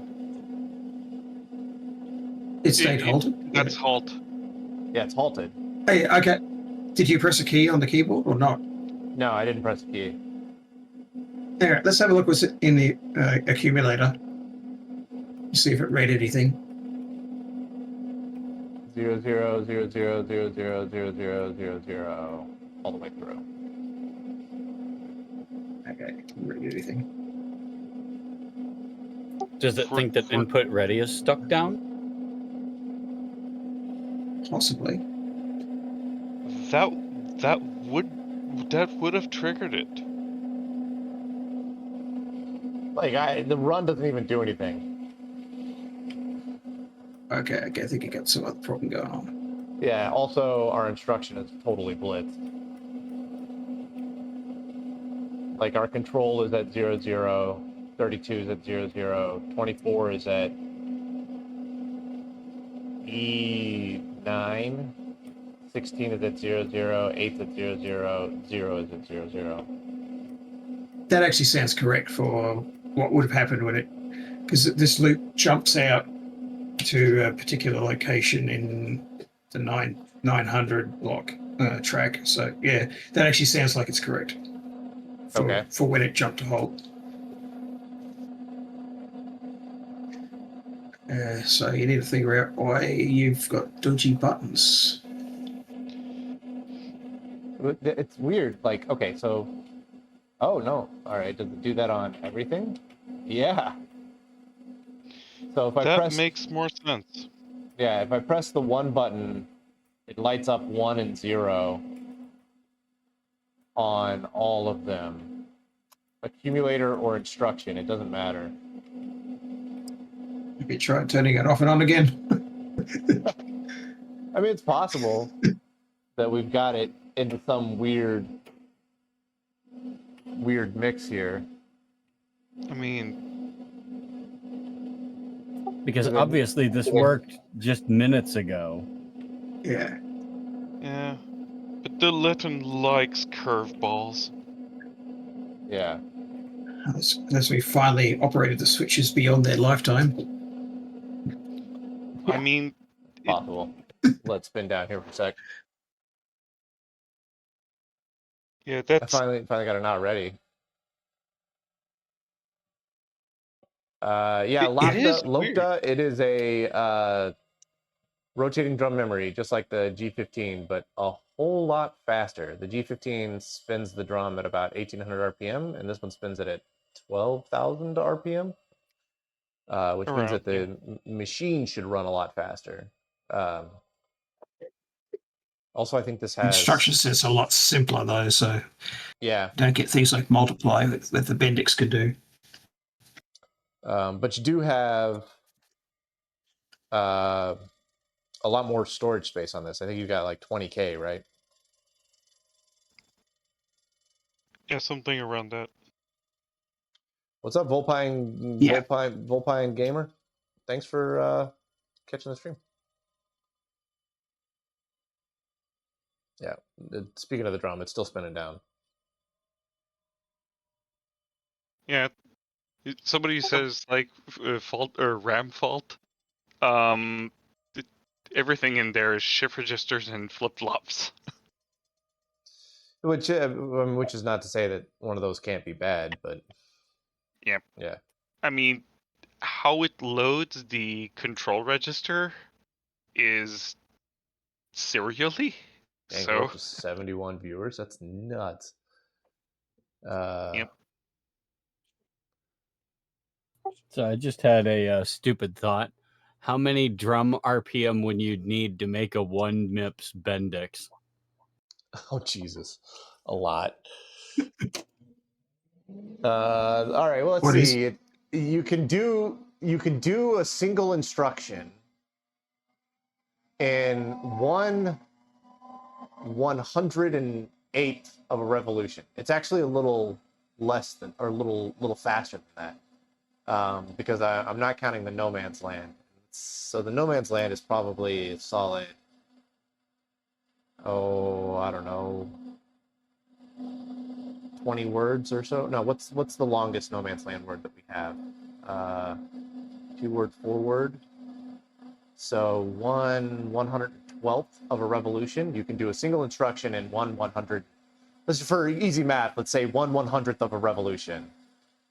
The drum is rotating at 1800 RPM.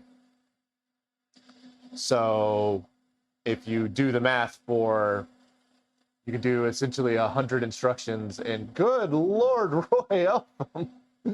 You're like, apparently we're cheering my shit math. Thank you for the 5 gifted subs, Roy. 10. So the Bendix, you can do 100 instructions times 30 per second, because it's 30 revolutions per second. So 30 times 100 is going to give us 3,000. So if it was just like a really simple, you can do 3,000 instructions per second is what the Bendix is currently running at. So if you want to do 1 MIP, so 100 instructions times, what's 100 times what gives you 1 million? 100 times 100,000? No, 100 times. Fuck, why am I so bad at this? You have to run it 333 times faster. There you go. So 1,800 times 333. What does that come out to? Somebody's got a calculator, I'm sure. 600,000 RPM. Yeah, there we go. 600,000 RPM. I got 6 million here. What's an order of magnitude between friends? I know, right? All right. Well, after a reboot, we still have that same fault with the buttons on the front here. Blimey. Damn it. No, it's back to me. We have the back open to get the panel to work, right? It isn't just some wire came loose or something like that. Nothing physical in there. Nothing physically obvious on the back here. Let's see which key's on it. It's these two right here. Yeah, there's no physical interconnection between the two. Yeah, we may have to turn everything off, put a meter on them, and beep them and see if. No, I mean, I can physically see there's an inch of separation between the two switches. No. That's not what I'm thinking of. These go on a cable of some kind down into the rest of the machine. Do we have a short to an adjacent trace or adjacent pin on the cable somewhere? Oh, that's entirely possible. That's I just saw an interesting test. Does pressing on 0 turn on 1? No. Oh, yeah. No, it doesn't. So pressing on 0 doesn't turn on 1, but pressing on 1 turns on 1 and 0.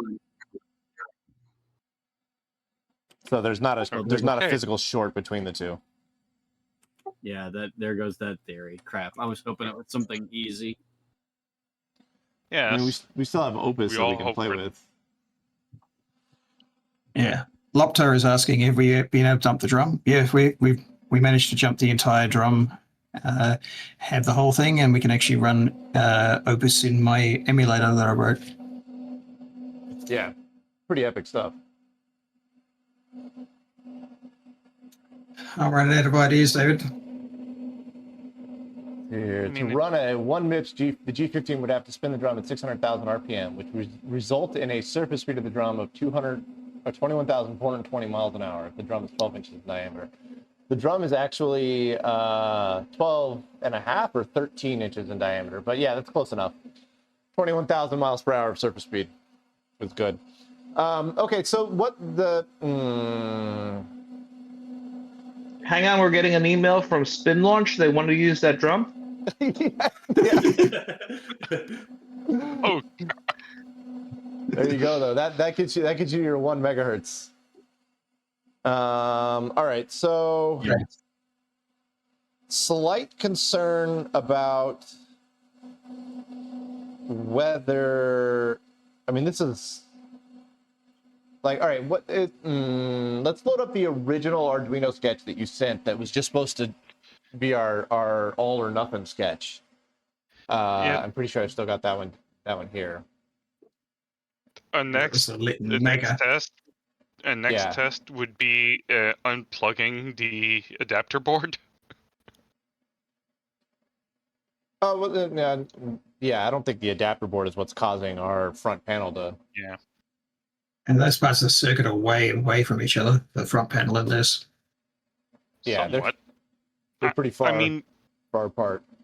What the front panel does put out is like in the core of the Litton. It's pretty deep. It's like You're forget. Mach 28. Cool. All right. Let's run this one again. Let's do halt, ready, run. I feel like that's not the right one. All right. I don't have the correct one anymore. Let me find it. Oh I'll wait, re-upload. or I just didn't open it because I'm a big dum dum.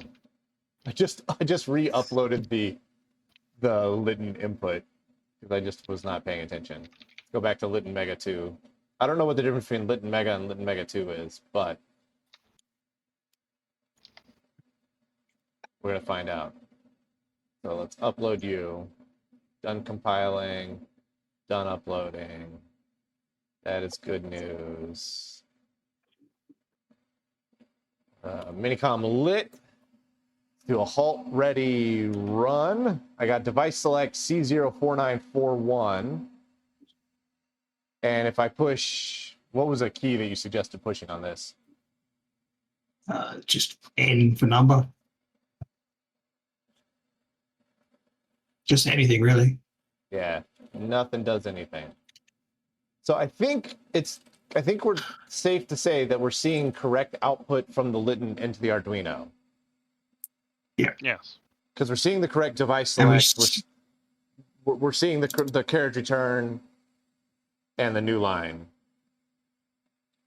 But we're not seeing the correct input from the Arduino into the Litton. Seems to be getting most of the way there. It's just you had talked about changing the select from like 20 milliseconds to longer. Yeah, we can try that. Did we try that? I don't think we tried that. No, we didn't try that.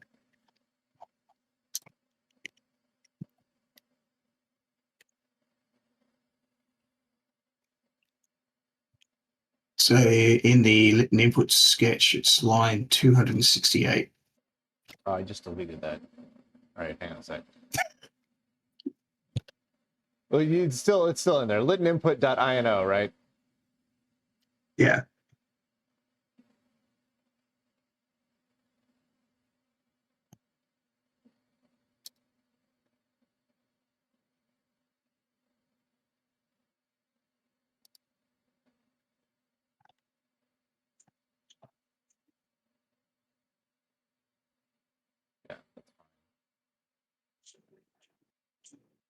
All right, it's line, what'd you say, 208?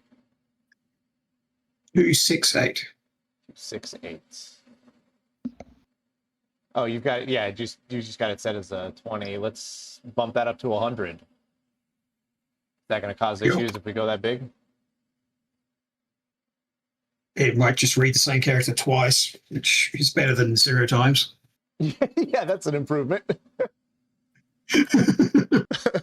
I'm all right with that. All right, let's get Twitch chat back up here. Another thing we might want to do once we get this set up is probe the clear line coming back to see if the Litton is acknowledging that it got the input. Oh, okay.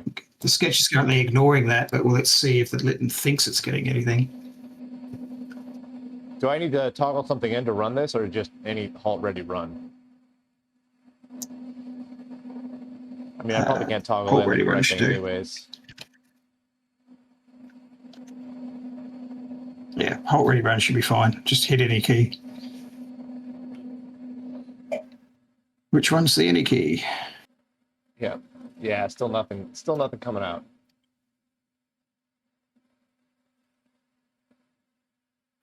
All right, scope time. What am I scoping here?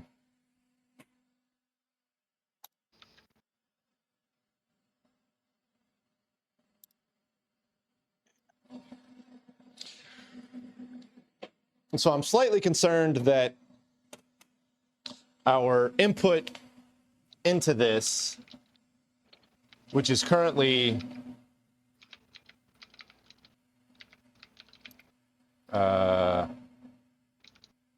which gives us nice 5-volt spikes. Oh boy, they're really long now.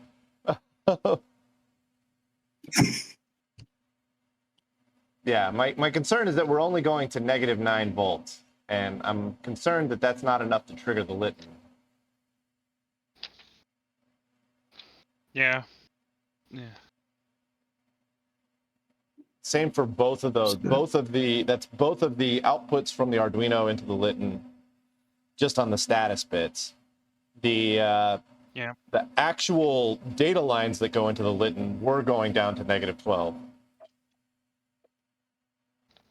Yeah, I put the diagrams on top. They don't have the same resistors, I think. All right, what am I looking at? Like, I mean, I put so many things. All right, so you got board F, board A. That's K75. That's going into the Litton, and K76. But how does that differ from like a regular input? The third image is Oh, there's 3 images. yeah. Gotcha. Yeah. All right, so the third image comes in. You've got a 6.8K between. You got a 6.8K voltage divider between ground and -24. And then on K75, you got that's very different. Thank you, Litton. What the heck? Yeah, so that's my theory, is that we're not getting enough negative voltage to trigger. We should be, as long as we're below -6. I feel like that should trigger. Yeah. Maybe, maybe not. It depends on, because it's not. That's why I wanted to have a look at the clear line to see if the Litton's actually acknowledging, because that'll tell us if it saw something. Last time it wasn't. So what's the clear line? Which one of those is that? That's K150. It's one of the 4 outputs. Sorry, it's one of the. It should be input into the Arduino.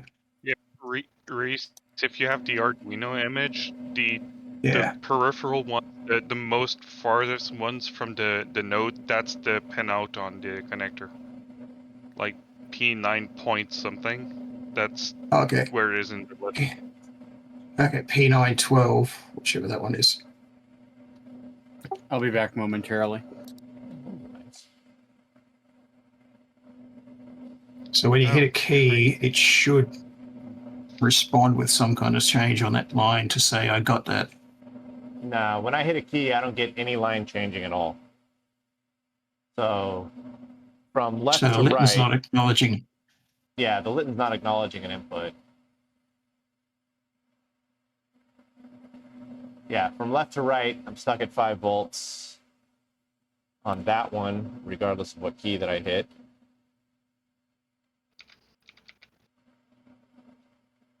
stuck at 5 volts regardless of what key that I hit.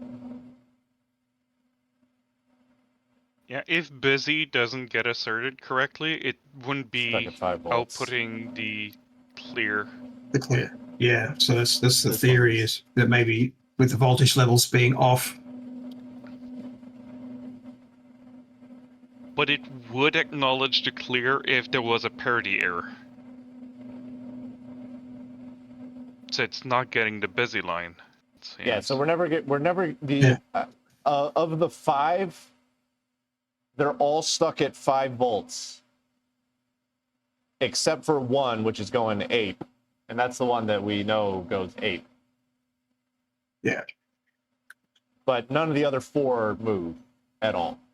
They're all perpetually at 5 volts, which means that the clear is never coming through. Which means that our bias, because the Litton is so dramatically different, I'm willing to bet that our biasing is incorrect on those. So we may need to figure out, I don't know how to change that up though.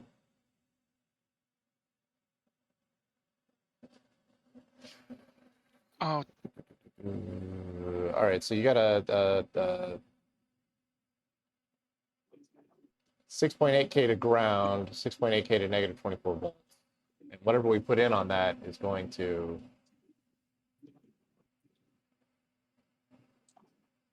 Man, I'm not good at this. I need better... Hang on. So our level shifter's got to be different for these two. We're going to have to make some changes. I mean, the easy one is to remove the 4.7K to ground, I think. Yeah, I don't... Do you have a schematic for the level shifter still? Yeah, and it's up. You posted it up a little did higher. post I got a it. copy. Yeah. Yeah, if we remove the 4.7K to ground, that just pulls it much lower. But they do have a 12-volt diode that's gonna clamp it, so... Not on that one, they don't. The 12-volt diode is on the 12-volt diode's on the other ones. Oh, no, yeah, you're right. You're right. I'm looking at the wrong... God damn. I'm looking at the wrong one. I'm so confused. So I need to be looking at K75 and K76. And you're right. Yeah, those are 18K, 6.8K. They've got a negative 12-volt diode that will clamp it to negative 12 volts. So I think you're right. I think if we snip out that 4.7K to ground, that'll get us down to negative 12 volts, a clean negative 12. Let's try that. I'm sold.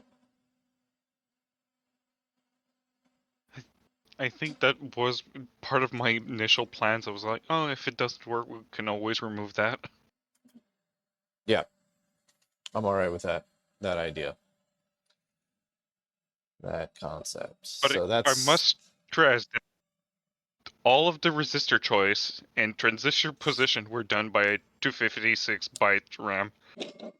And they were great, except for the fact that our voltage levels are not what what they are advertised to be. Yeah, and every single input is different for some reason. Thank you, Litton. Yeah. The 256-byte RAM did a great job. None of this is his fault in the slightest.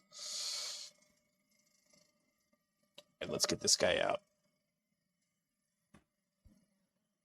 I'm trying to get myself off the hook here. Nobody's on the hook, man. We're all just having fun, that's it. Now, what are the odds that I get the power plugged back in correctly? I'm going to put this thing back together. That sounds like the USB A plug topology problem. You try to insert it, it doesn't fit. You flip it over, it doesn't fit. You flip it over, it fits. Yep.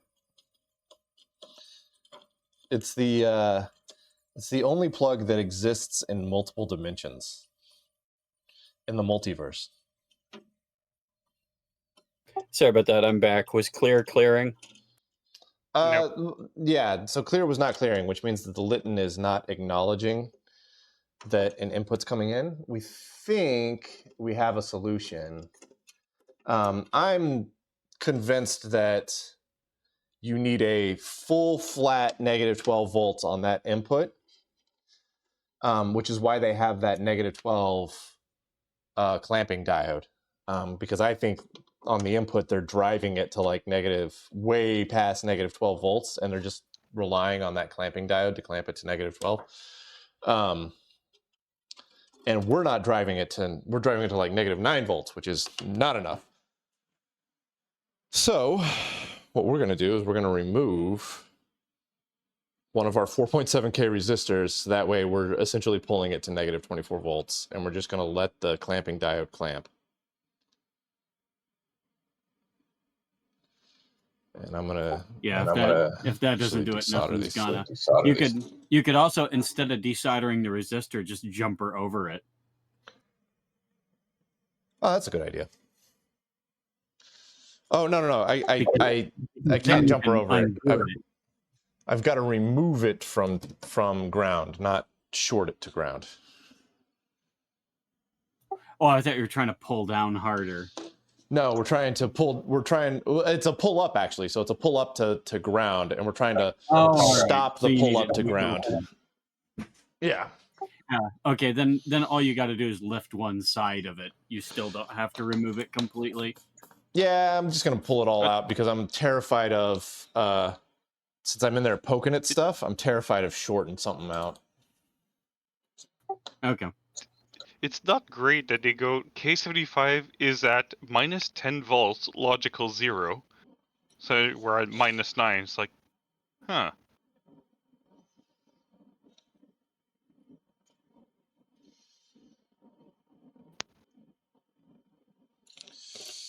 Yeah, I think they need a full fat negative 12 on there. And I think they're expecting you to overdrive it, which is why they've got that clamping diode going on.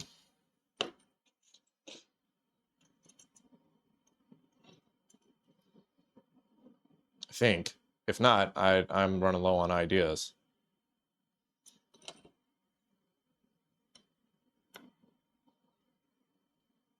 Yeah, I approve of this modification. Yeah, well, something will happen at the very least. The other bit stuck at 1?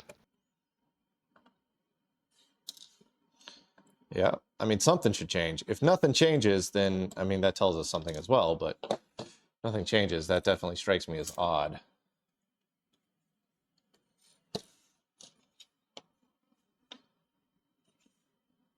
We just have to check for smoke signals from board A.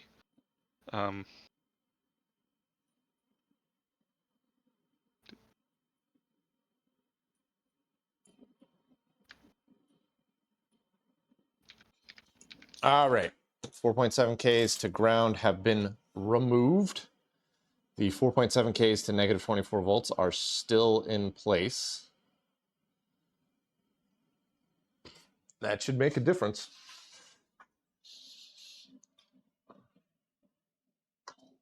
I'm still trying to diagnose the extra push button bit. The extra push button bit? Yeah, pressing 1 triggers 0. Yeah. Yeah, that feels like something in the Litton has broken. It might be just a pulse just going a bit too long.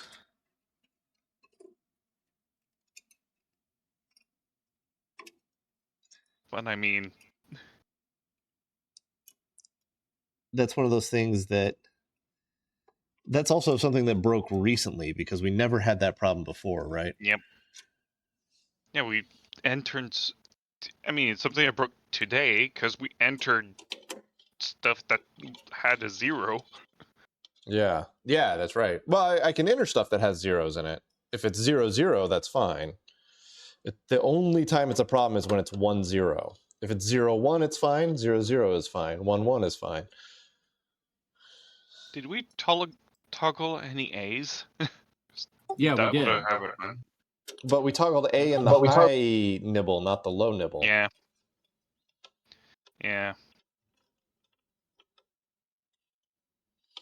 That's a problem I feel that is unrelated to the current problem that we're troubleshooting. True. So I'm Yeah, hopefully. trying to stay focused here.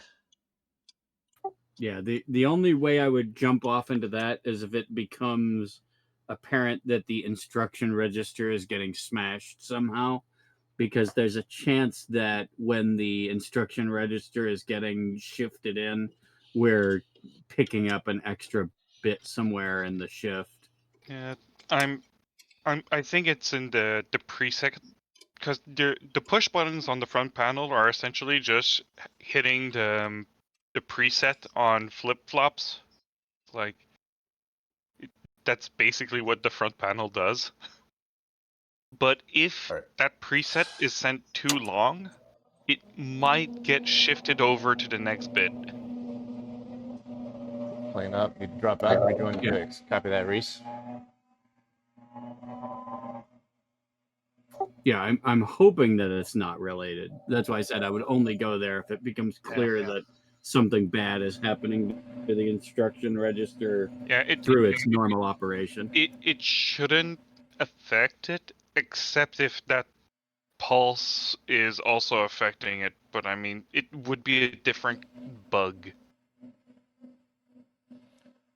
It would show up as a different symptom. Wouldn't show up as that specific symptom. All right, well, we're going down to negative 15 volts now. Yeah. Which is a little lower than I was expecting. I was expecting that negative 12 volt to diode to clamp it. But,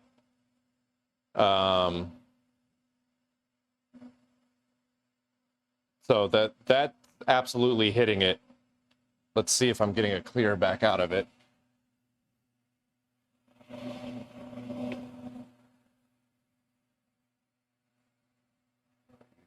It'll be like negative 15, yep.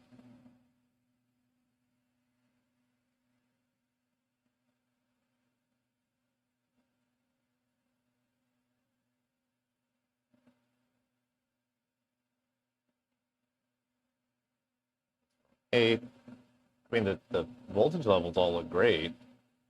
But yeah, nothing twiddles. So we never get a clear acknowledge from the Litton back out to the Arduino. Is Opus running? Yeah. Yeah, I've got a halt ready run. We got 403D, which was our carriage return in our new line. And we got a device select of 0x41 going on.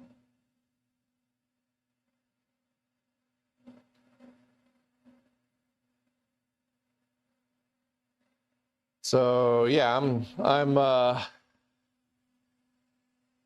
little low on ideas here.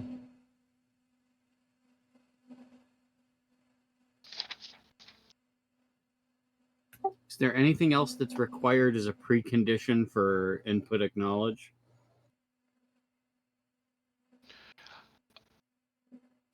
What is K going building on what you just said, Sudran? You've got K75 and K76. Those are our two inputs from the Arduino into the Litton. And even if all of our like 8 data inputs are bad, like stuck at 0 or whatnot, that still counts as an input, right? So K75, we can see twiddle whenever I press a key, right? Like, so I'm seeing K75 go from plus 5 volts to negative 15 volts. K76 is stuck at negative 15 volts. What is, at least I think it's K76. What is K76? What should it be doing?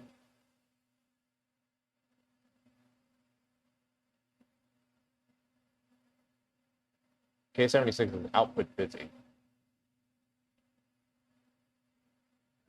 K75 is input busy.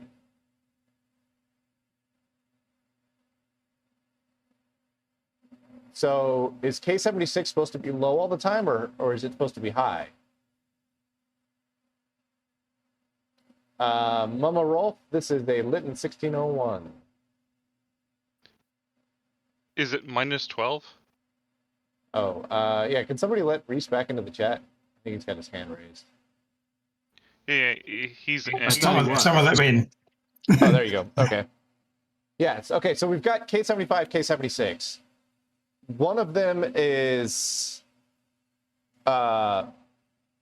sits at 5 volts, and whenever I press a key, it toggles to -15 or whatever, right? Like we're expecting. Yeah. The other one is perpetually at -15 volts. Should that one be sitting at 5 volts and not -15 volts? It's just never saying that it's busy. It's just always allowing stuff to come to the Arduino. Are we the sure? output busy is always saying not busy. Are we sure it's not saying that it's always busy? Because the other one is, well, you are getting output. You're getting device selects and output characters, so the output busy is saying not busy. Otherwise, the Litton wouldn't send you anything. Oh, so I should be able to see that one toggle whenever I do a halt, reset, run then. Yeah. Let me hook on to that. Well, no, the output busy is done by the Arduino, so it's just going to halt. You'd have to restart the Arduino sketch to get that thing to change. Oh, okay, I gotcha.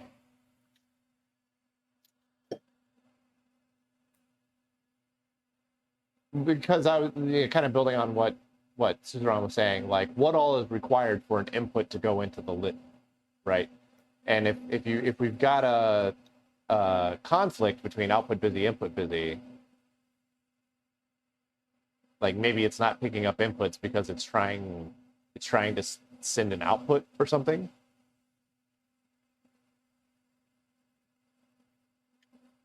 No, I was thinking more along the lines of, is there something additional that we're supposed to be doing? Like, are we supposed to be putting some kind of device code somewhere to say what device is providing the input? Or something like that? Is there any other precondition that's required for the recognition of an input character beyond the line that we pulled all the way down? Not really. The Litton, when it does the device select, like if it does the device select on 4.9, that's selecting the keyboard and the printer. So it says these devices are allowed to talk to me, and no one else is allowed to talk to me. So when it says device, it says device select, and then those devices just choose will then respond if they got something available on the input side. For now, I've just disabled the check on the device select so that if there's input available, it just will always try to send it, which is why you send the pulses. Right. Okay.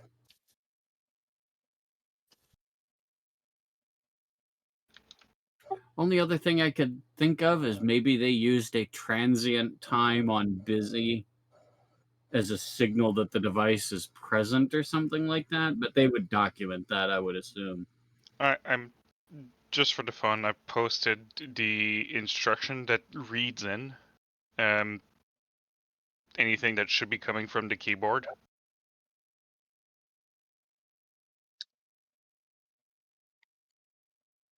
Where'd you put it? It's in the Friday Night Litton chat.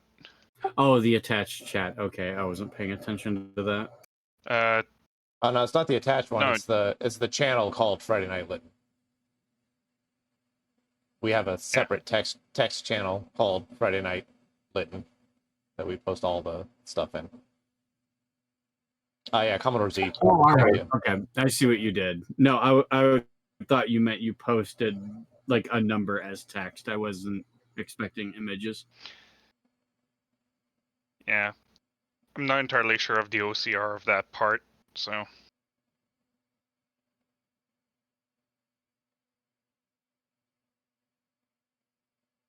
Yeah, it looks like just 5C00, so we should be able to get that into the instruction register without our screwed up bits. Yeah.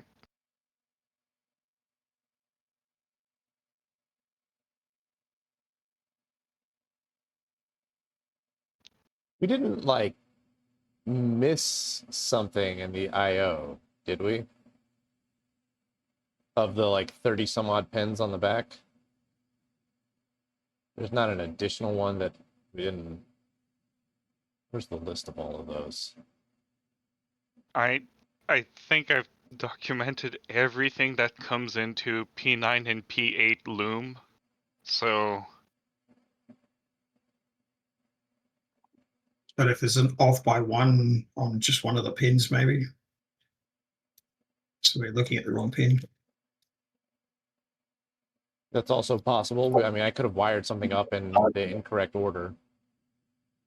Yeah, we would have to we'd have to start probing inside the Litton to find that. and Which we may have to be doing next anyway, because the thing we could be looking at is that all of our stuff is working fine and something is broken inside the Litton. Yeah, that's the next potential issue, is that, yeah, the Litton itself is unhealthy. Which I think is like a legitimate issue. We could try to probe directly the input buffer, like the 8-bit parallel input I/O buffer, but that one's a bit. Where the heck was it anyway? What page has the pinout of that that 30 something pin connector on the back of it? It's in the top. Oddly enough, search 1966. Oh, gotcha. Yeah, I assume the actual buffer is somewhere that's an absolute pain in the patoot to get to. This one must not be too hard. Damn. Let me find it. It's in. Pinout is in. I got it. Yeah. Page 72. Wow. Got it. 1966 comes up a couple of times. They're proud of that 1966 27 wire standard. Okay, there we go.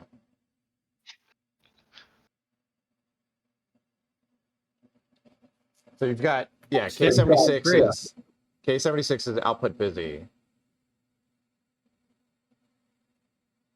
Where's K75 on here? It's pin 7. Oh yeah. Why did they man? Why did they put K75 at the end of the sentence there as opposed to the beginning like they did everywhere else? I don't know. K83, K150, W110, and K82 and K80. Those are all outputs from the Litton into the Arduino. Yeah. Correct? Yeah. 80, 82, 83, and 150 are all out from the Litton into the Arduino. What's up with K83? What is it, status data or character if it's not K83? Yeah, what's up, Aaron? There's a special read status instruction for inputs, and there's a whole bunch of instructions for reading characters. So if you use the read status, it says get me the status byte from the peripheral rather than getting me the data. Like if you want to like read the status of the printer or something like that. But Opus doesn't use that anywhere. So for the time being, we're just saying, okay, everything is going to be in character input mode. Okay. So that's why we're just ignoring that at the moment. And that's the one that goes crazy and just is on off all the time, which is basically why I'm ignoring it, because if you don't catch it at just the right clock pulse, you'll do the wrong thing. Okay. Yeah, Bummer Rolf, that's I made that video before I had an inkling of an idea of doing things on Twitch, and so the Litton has now become a Twitch machine where we work on it together here. And unfortunately, I don't think it'll make a video on a decent video on the main channel because it's just everything we do is so disparate and filmed poorly. But I don't know, I'm having fun doing it on Twitch here. Except for the fact that we're getting our butt kicked right now. Like we're moderately, so to where we stand, we're moderately confident that output from the Litton is coming into the Arduino correctly. The Arduino is interpreting it correctly. We're also confident that output from the Arduino into the Litton is being sent, and the voltage levels look correct, but the Litton is not acknowledging that an input is coming in. So at this point, the next question becomes, do we have a fault on the Litton? Or is this a problem with what we're seeing? I think what we do next is we chase down K75. K75 is the input busy, right? Yeah. So K75, K75 is the one that we're twiddling every time I press a key, right? Yeah, and that goes from board F over to board A and then into the rest of the logic. So maybe we have to see if we can get it on the other end. Well, yeah, so that's what I'm thinking, is that we check K76. There's K75. So I'm thinking we check it on board F if we can find it. And then we move over to, or we could check it on board A as well at the R5 connector. Board A, that's the one closest to me, right? Yes. Yeah, so I can open that up, I think, with the machine spun up here without breaking much.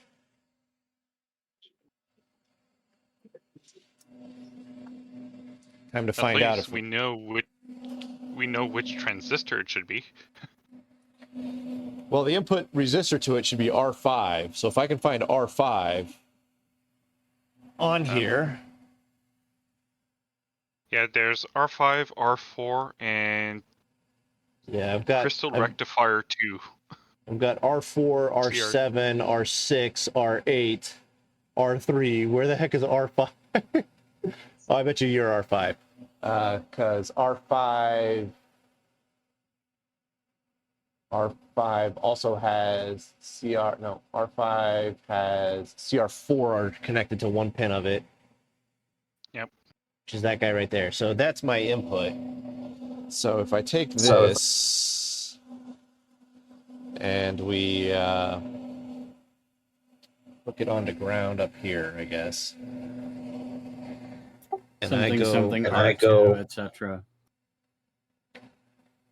Right under there. So that's the input into the Litton, which is sitting at 0 volts. That doesn't seem right. I mean, it's a transistor input, so Oh yeah, okay. So it's at 0 volts, and every time I press a key, it does drop to negative 12 volts. Okay, so that's good. We have an input coming into R5.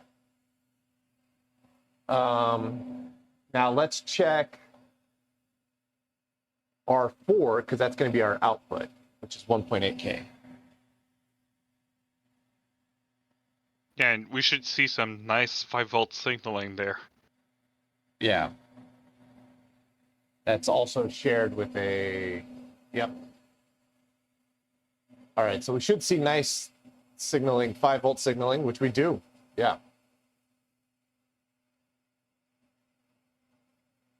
Okay, so that transistor is functional. Now, where does it go from there? Now it gets tough. Yeah, it ends from K75. It only goes to one spot, and it gets part of a huge bundle of logic that's called M, uh, which is documented at page 3.174, which is 174. I got it. Page 225. Yep. It connects to M107, which is in 6C. Like, But the C means board C. yep. All right. Oh, and it I can get to interacts with board C. F9. What's F9 again? Oh yeah, 15 different things. All right, there's board C. It should be on row 6.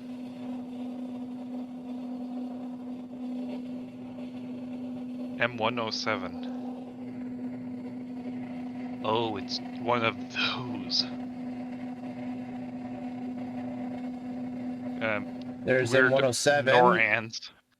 What's the input into this? Pin 9. No, pin 10. Pin 10.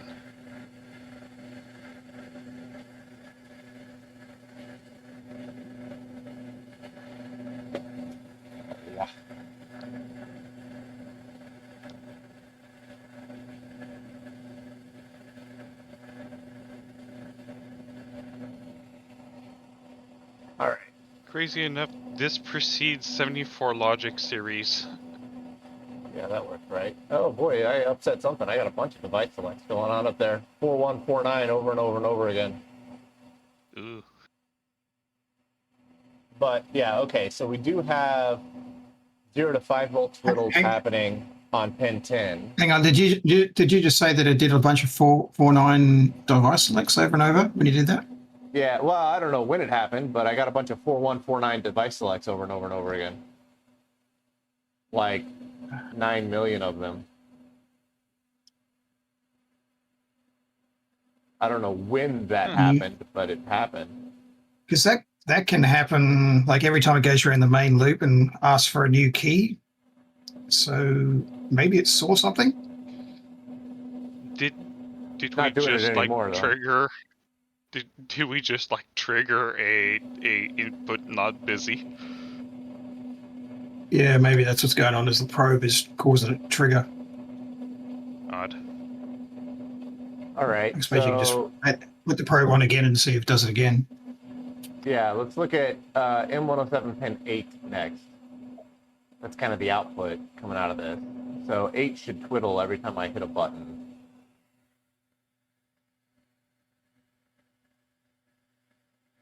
Oh, I think that probably happened when my probe slipped. Oh, that's fine. Yeah. Okay, so 8 is twiddling every time I push a button. So we got logic coming out of 8. So let's move over to 6. Make sure that 6 is twiddling.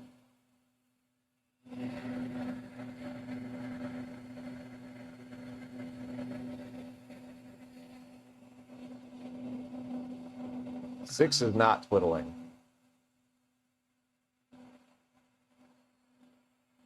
Because we're not getting into K5?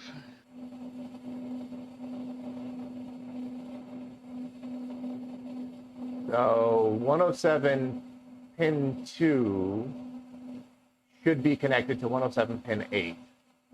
Correct? Yes. All right. So if I check pin 2, I should see twiddles. Yeah. Unless I've also accidentally halted it. That would explain why nothing was working. Halt, Yeah, ready, it's... run. I think I've upset something here. Aaron Massa, thanks for the Prime sub.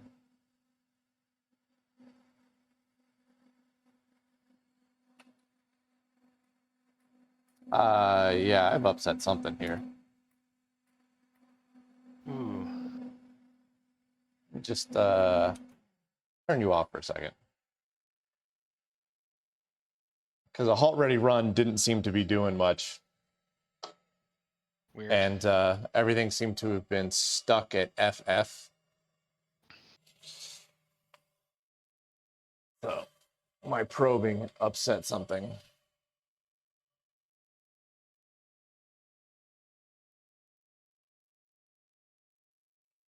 So that's the problem with these small machines. They reuse so much logic. If you introduce some weird temporary state, it's basically voodoo as to what the heck it's doing.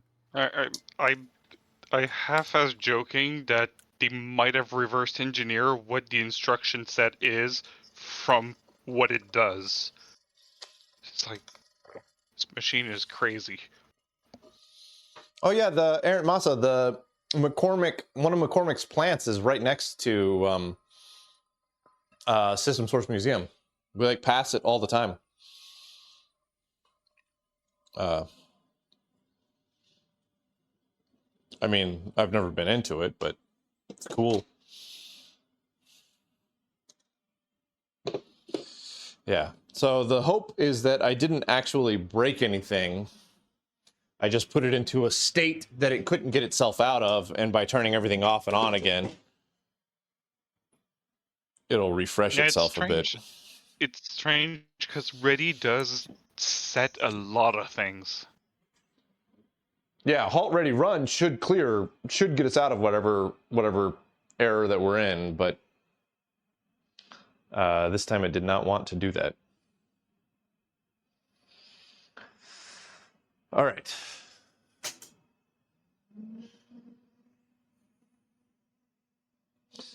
Let's see if we go ready here and then we get a ready over there.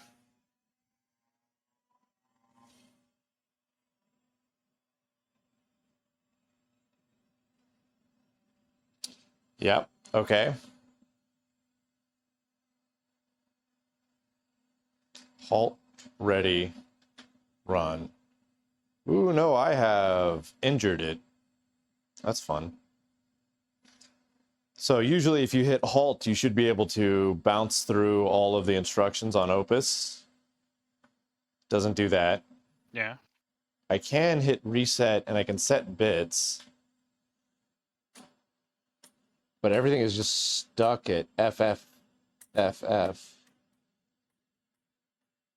And even if I clear it, so let me reset everything to 0, 0 here.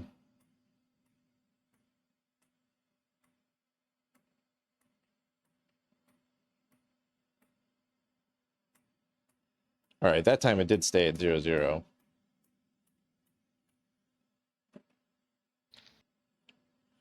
Pushing ready sets everything to FF. Which is normal. But if I do a halt ready run, nothing. We don't get any device selects. We don't get carriage returns. We get nothing. Is it actually running or it just halts immediately? No, the run light goes on, but I don't know if that means anything. Because, like, no other lights do anything at all. And if I just hit halt over and over again, I should be cycling through the instructions that it runs, but I'm not seeing any of those.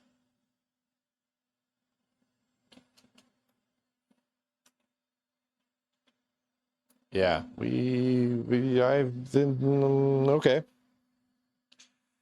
We injured something.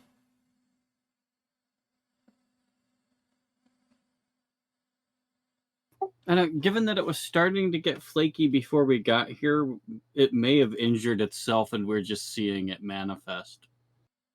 Well, my probe did slip once, which is why we got the legion of device selects. And so when it slipped, I would have probably shorted 2 pins on that IC together, which may have taken down M107 or whatever M107 is attached to. Which The front is a panel lot of was things. looking flaky earlier, though. Yeah. Yeah. I wonder if I can. Oh, I can't clear the. Oh, because I'm running. Let's go halt. If I clear you.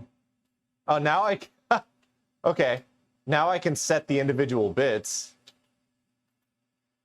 So if I push 1, the bit doesn't go. All right, let's see how flaky it is. Let's see how injured it is.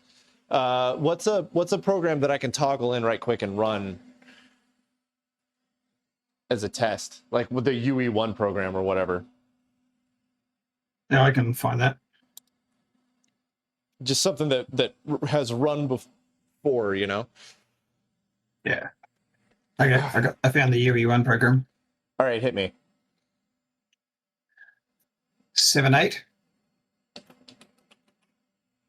Okay. 9.4. Okay. 7.8. Okay. And here's your favorite, B5. Jesus. 1100. 1011. 101. 0101. Okay. 7.8. Okay. 0.1. Gotcha. All right. Let me read that back to you to make sure that it's all working correctly. 7.8. 9.4. Yes. Yep. 7.8. Yep. Whatever 1011 is. B. 5. Yep. 7801. Yep. All right, so I can still put stuff into that. If I run this, yeah, I get UE1 over and over and over again on the console over there. Okay, so that's working. That's working. That's good. So if I halt this and do a ready and then a run, how come Opus doesn't run? Did we accidentally destroy Opus? I hope not. At least we have hope not backup too. of it. Yeah, we have a backup of it, which is why I'm not devastated if that's the case. What was so we had a way of seeing a track of Opus or seeing a word of Opus, right? Because we checked tracks individually at one point, right? Yeah, hang on, let me find your instruction. We were doing that via the front panel, if I remember, where you toggle something in via the front panel and then we read the value on the front panel. Yeah, I just need to find that instruction. Give me a sec. Yep.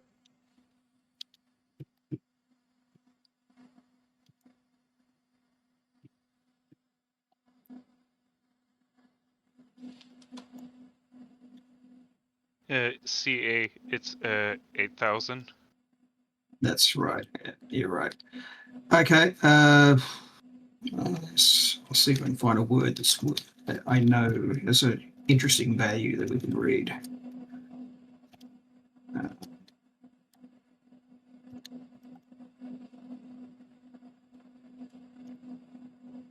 Okay. Ready? Yeah. Okay. So want 8.3. 8.3. Okay. And then everything else just 0 zeros.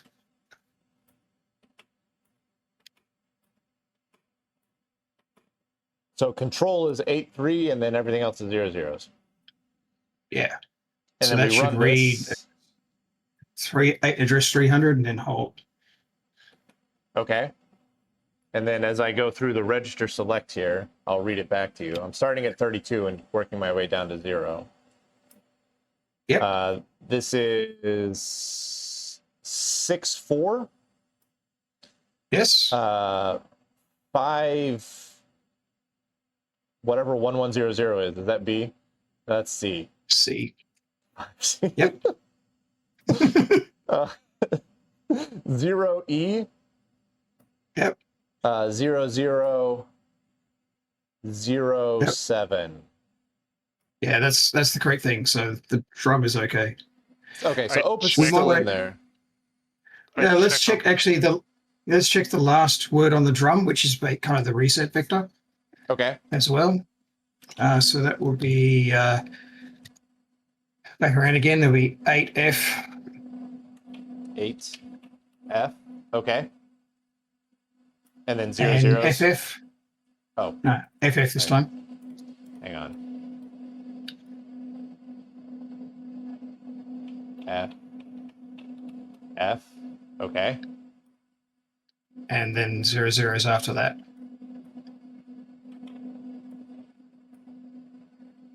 So 8F. Let me slip all the way back around here. 8F.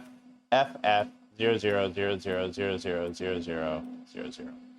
All right. Yep. We'll run that. Okay. And then going from 32 back, that's going to be 00. That's going to be E7, FF,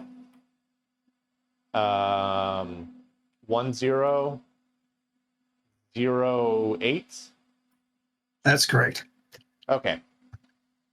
So our drum is So the still drum good. looks is good. Yeah. So why is it not running? Yeah, so how come alt ready run? Oh, now it is. That's super Hopefully we flaky. don't have to read a word. We don't have to read a word every time we boot it. Yeah. We're getting Hold on. 4.1 and 4.9 device select on repeat over and over and over and over again. Yeah, so I think that means it's seeing some kind of input ready, and then it's just going around the loop, but it's not echoing anything, is it? No. Yeah, I was just about to say, if it keeps that acting up, upsets some stuff. disconnect the Arduino, because we may be poking something from an external input that's making it unhappy. Like it's not expecting to see something ready this early on. We could be looking at a timing race condition. I got ERR printed out. Holy. You just got an error from Opus because it didn't like the command. That means it saw a character. Well then. Okay. Alt ready Last run. time I said I won't be happy till I see error. There it goes. Well, there went another ERR. I got a JK and L. There's another error. There's another error. Let's load up my other sketch and see what it does. Hang on. Let's load Load up up the full what? sketch. Hang on. Okay. I'll load up my terminal sketch and let's see if we can use Opus. All right. What did we do? Like, how did we fix it?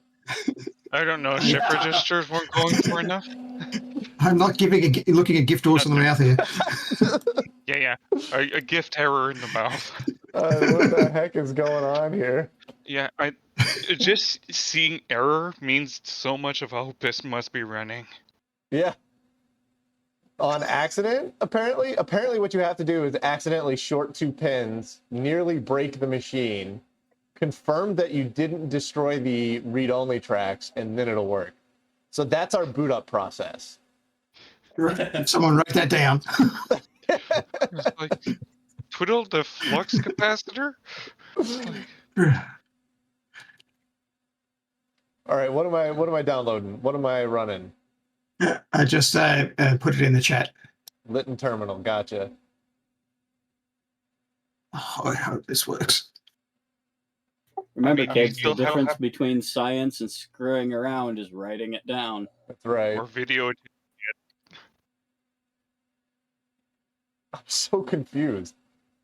Like, how did we go from unhealthy, potentially injured, to error? Let's see here. File open. All right. Well, we'll see. We'll see if we can continue on this. removing the pull downs, the pull ups. Those All right. Let's upload this. Done compiling. Uploading. Done uploading. Yeah, Engineering Cowboy, definitely could be a loose connection somewhere that me jostling things around caused it to wake up a bit. Oh yeah, the flat flex connector. One Yeah, of maybe those. we made it. All right, let me get this guy nice and close on here. Let me hit a halt ready run right quick. I mean, I still got the boards like lapping in the breeze out here, but halt ready run. Okay. Base. Oh, new line. Yep. N. Holy. Well, I'm getting That's- echoes back, but I'm not getting an error. Just You may have enter. to wait. Okay. Yeah, Oak Spirit. It could be a loose connection. Let me do a halt ready run again. Halt ready. Let me reset here. We do get our character turn new line. You said, like, what's a legitimate Litton command? Well, that's why I keep saying N. N or Oh, P is the N is in November. Okay. Number. Do I follow? Yeah. Do I follow that up with anything? It should just then print a new line and for the end of the command. So it's echoing it back, but it doesn't seem to be actioning it, not the way my emulator does. Either. Wasn't there another key you had to press to actually submit the command that was not the quote unquote enter key? That's Control W. Yeah, N shouldn't require it, but you just hit Control W, see if that does anything. No. Okay. So I'm still confused, but it's definitely echoing, so that's good. That's Opus echoing, right? I believe so. So now the only problem might be that parity check? But why would it echo it? Because if parity fails, it just kills the character. Not really. It just stores a parity bit to be checked later. That's true. So what's different between this and the sketch that I was just running that gave us error? Because The that way sketch gave input us is an error. handled, We're sending this space. input is a little bit smarter. It's looking for the clear signals and stuff. We can go back to the. Oh, Jesus Christ! Did something just blow up? What happened? Are you okay? Yeah, well, I jumped out of the way and stepped on the camera, which we had like a legitimate explosion. Yeah, I heard the loud bang. I don't know if my camera will ever come back now that I plugged it in. Let me shut it off and add a new one. Ooh-wee. Okay, Are you okay? Yeah, I'm good, but it is very smoky in here. Yeah, I heard the loud bang and then I heard you shout, so. Yeah, no, it like legitimately scared the shit out of me. Damn. Is this the power supply or something else? I wonder know. I wonder if we overdrove one of those No. limiting diodes we've been bouncing off of. No, this was big. This was like Did something bump one of the boards? Yeah, I said Did the third signals, president but maybe blow up again? this was very, very large. Yeah, it was large enough that it was very audible in the stream. All right, do you guys have video again? yes. Yeah, we have Okay. video. Yeah, you can kind of see some of the haze. Oh, my eyes burn. Dang. All right. You may need to air out the room. Yeah, I'm gonna crack a window. That was legitimately the loudest explosion I've ever had in here. And we partially got it on camera. Yeah, I know. It scared me so bad, I leapt backwards into the camera.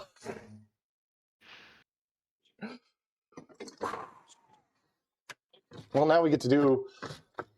I mean, something went hard. I mean... Yeah, that didn't sound like a capacitor popping. That sounded like an arc. Yeah. Whoa. All right, so let's get the Arduino disconnected. We are the Your laptop's still working. It hasn't been fried. Huh? If the Laptop's still working. Yeah, the laptop's good. Stream. Okay. The scope is good. I mean, the scope was powered off, so I'm not particularly worried about it. I switched the scope off a while back, so it was good. Yeah, the laptop is still got a moving mouse on it, so screen's up. I was just concerned something came up through the Arduino. Oh, no. Whatever it was far larger than any of the components on the Arduino. Yeah, that was something. That was a pretty hefty arc. Because you could hear the ragged sawtooth kind of quality to it. That's why I thought that maybe you got shocked. No, I didn't get shocked, but I think it might have been the run capacitor on the motor. Oh. That would, whatever it was, arced. Yeah, it was like, that was gnarly and nasty and stanks. Yep. It's like, I was joking about smoke signals. That wasn't supposed to happen. Yeah. I have a joke about that. All right, let's scoot you in a little closer here. I mean, it still could be the power supply. No, it's definitely something on the capacitor. There's like oil everywhere. So second capacitor going. I mean, that's probably like PCB oil or something that's really bad for me. Yeah, that's why we told you to open the windows. Yeah. Yeah, have you got like nitrile gloves or something? Yeah, I'm gonna put some on here in a sec. And I'm probably gonna slide this thing out into the garage as a whole. I would get. Have you got those blue shop towels? Yep. I would use those to sop up anything loose before you try to move it. Because if you get that crap in the carpet, it's never coming out. Yeah. Ooh. Yeah, motor run caps. Those things are mains. I've like legitimately never had one go. Yeah, generally you got to abuse those real bad. Yeah, check out the picture I just posted. Oh yeah! Wow. Yeah, that's nasty. You definitely don't want it. Is the oil warm? I haven't touched it, but yeah. Well, Yeah, I mean, I assume you would feel sure. I assume you would feel heat coming off of it. There's a lot of heat coming out of this thing. Yeah, I wonder if we popped, like there's a rubber pressure holding plug, and that rubber aged, and we just popped the plug.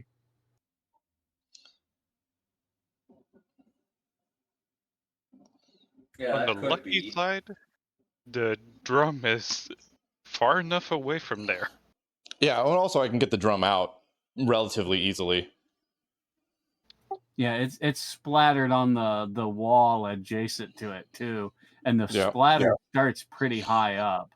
Oh, so it looks like it came out under pressure. It coated the board. I'm glad I had board D up because that saved me from myself getting sprayed with that shit. Yeah, check your pants legs. Yeah, these are going like straight into the wash. I don't know if I can get a good picture of this. Oh boy, but like board D got soaked. Well, yeah, because board D was still in position. Is the top of that cap supposed to be cockeyed like that? No, that's the cap that exploded.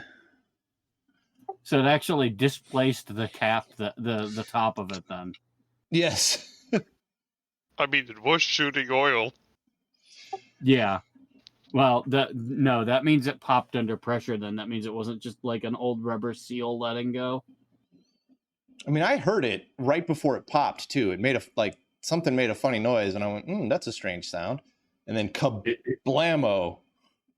Yeah, it sounded like something arced over in the audio. You could hear that distinct buzzsaw edge that. Really? Because it sounded like a friggin' grenade here. Yeah, it clipped pretty hard, but you could hear that raggedy buzz. Yeah. All right. Well, this stream got real interesting all of a sudden.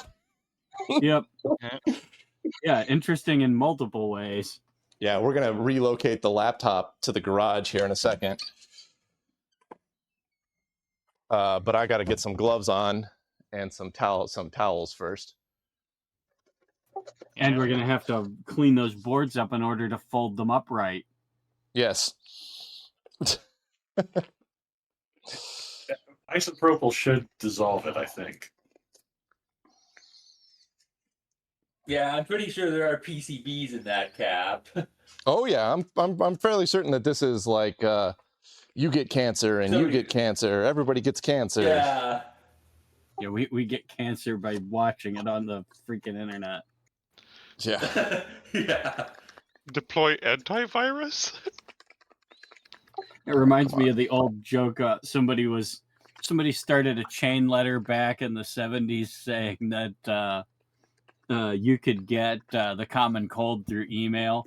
Somebody else replied that was not possible at such and such university because all their email went through a frame relay circuit, and not even the packets could survive that. All right. They banned PCBs in 1979, so yes, it is very likely. Yeah. No, yeah, I'm pretty sure this is not good stuff. I mean, except if the run cap got replaced, but odds? Not Clearly good. it did not. All right. I am just going to... You'll want to take all the materials that you're using to clean this up and put them into separate thick plastic bags, and you may and properly dispose of them. You may have to reach out to your local hazmat. This was the error message to end all error messages. Sure. Let's say that that's what I'm going to do. Yeah.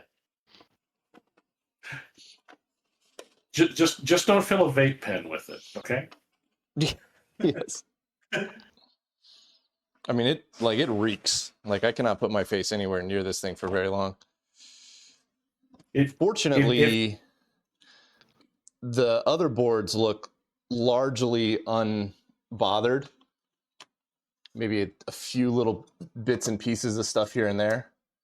So it looks like board D caught almost all of it.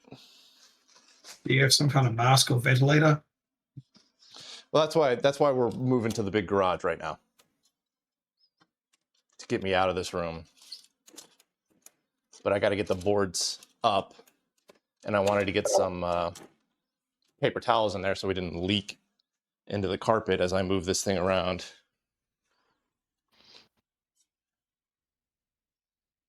And then this thing is going into the garage.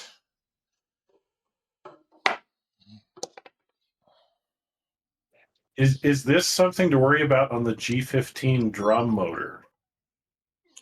No, because it's well, I don't think so. It doesn't have a start cap on it, I don't think. Or a run cap on it. I don't know, maybe it does. We've never had an issue with it. All right, out you go.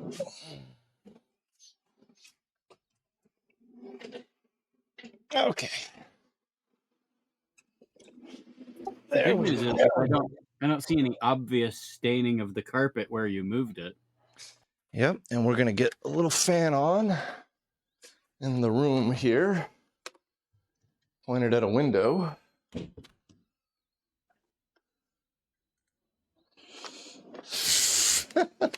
What a night! All right. Yeah. It's like that disables the Litton quite a bit. Yeah, it might be a little while before we got this thing spun back up again. Yeah, it really didn't want to do input. Yeah. It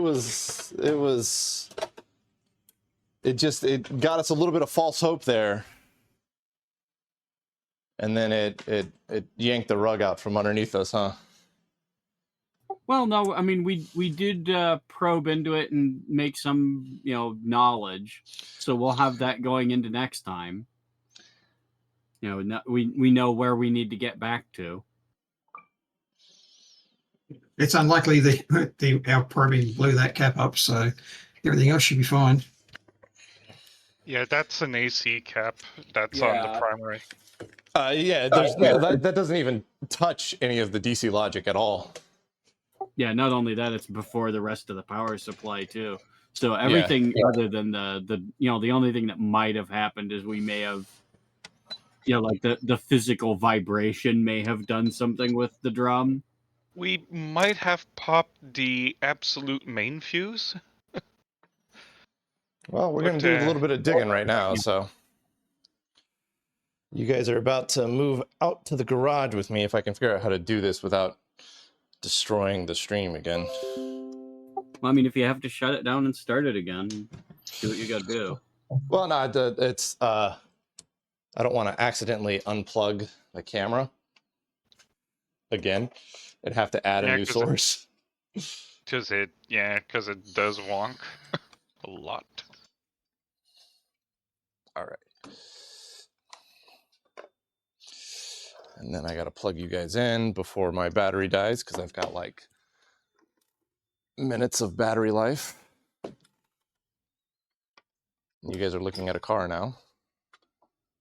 Yep. Since this is oil-based, Dawn dishwashing detergent may also cut it if you need to. Not something you don't need. Yeah, any kind of surfactant degreaser would. Yeah. There we go. You Let's just get some lights make on. sure that it doesn't have any residue that it leaves behind. That stuff you use for cleaning up solder paste would work too. I got some IPA here that I'm going to drown it in. Welcome to the garage. I'm assuming you guys can kind of see what's going on here. Yeah, we've done the garage before. This is where the kitty cats are. Yep. Speaking of which, there's one. This is where we were playing. There's one right over there. Yep, spot the cats in the background. Yep. Damn, this thing stinks. He didn't frighten Sue's out of his mind. So, yeah, I know, right? So I don't know where he's at. Oh, he's in the car. Hey, kitty. I don't want to pet you. I might have bad stuff on me. Boy, man, So that stuff really... Don't want the cats nosing around that Commodore Z says. Yeah, when you said hi, kitty, mine looked up. All right.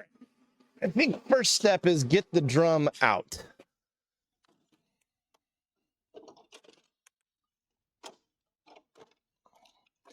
Getting the drum out will get a lot of the cables out of the way. And then that'll make cleaning the circuit board a little easier. So let's disconnect all of these. If it doesn't turn on, it's the big mother fuse, that thing that went. Well, we're not putting power into this thing again tonight, man. Oh yeah. I don't have another run cap. Oh yeah. Yeah. Do we have every cable marked that we need marked? Are we good there? We did, because we've had this thing out before, so I just got to find those photos. Okay. All right. I just wanted to make sure we didn't need to take any new ones before we started unplugging, but I wasn't quite fast enough. Yeah, no, we should be good, because we had the drum out on the floor before. Yeah, I remember.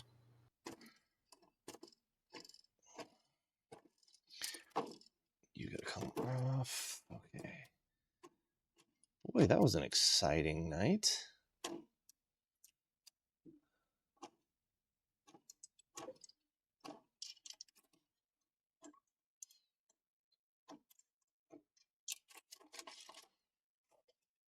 And then I got got to get to 4 little nuts there.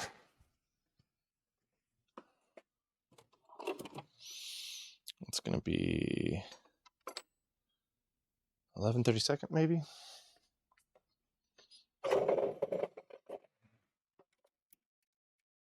Nope, slightly bigger than that. Thor Drake spotted the Bendix. Yep. Oh yeah, is it just in frame? Barely, but yeah. Yeah, there it is. Yeah. I guess that's as good a time as any to see if it's got a start cap on it. Or a run cap, I should say. Where's my flashlight at?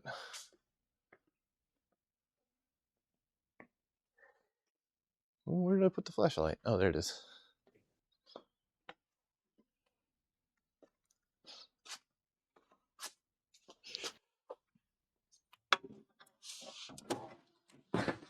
Gotta open a door on it.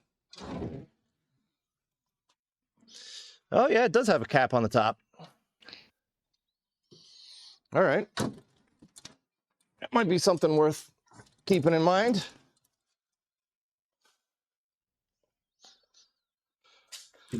I was just thinking that System Source might want to replace theirs. Yeah. Yeah. I've never had a run cap explode. I've had them go bad where the machine won't spin, but I've never had one come apart like that. I think because it arced, it boiled the oil and exploded. Yeah. It fell short.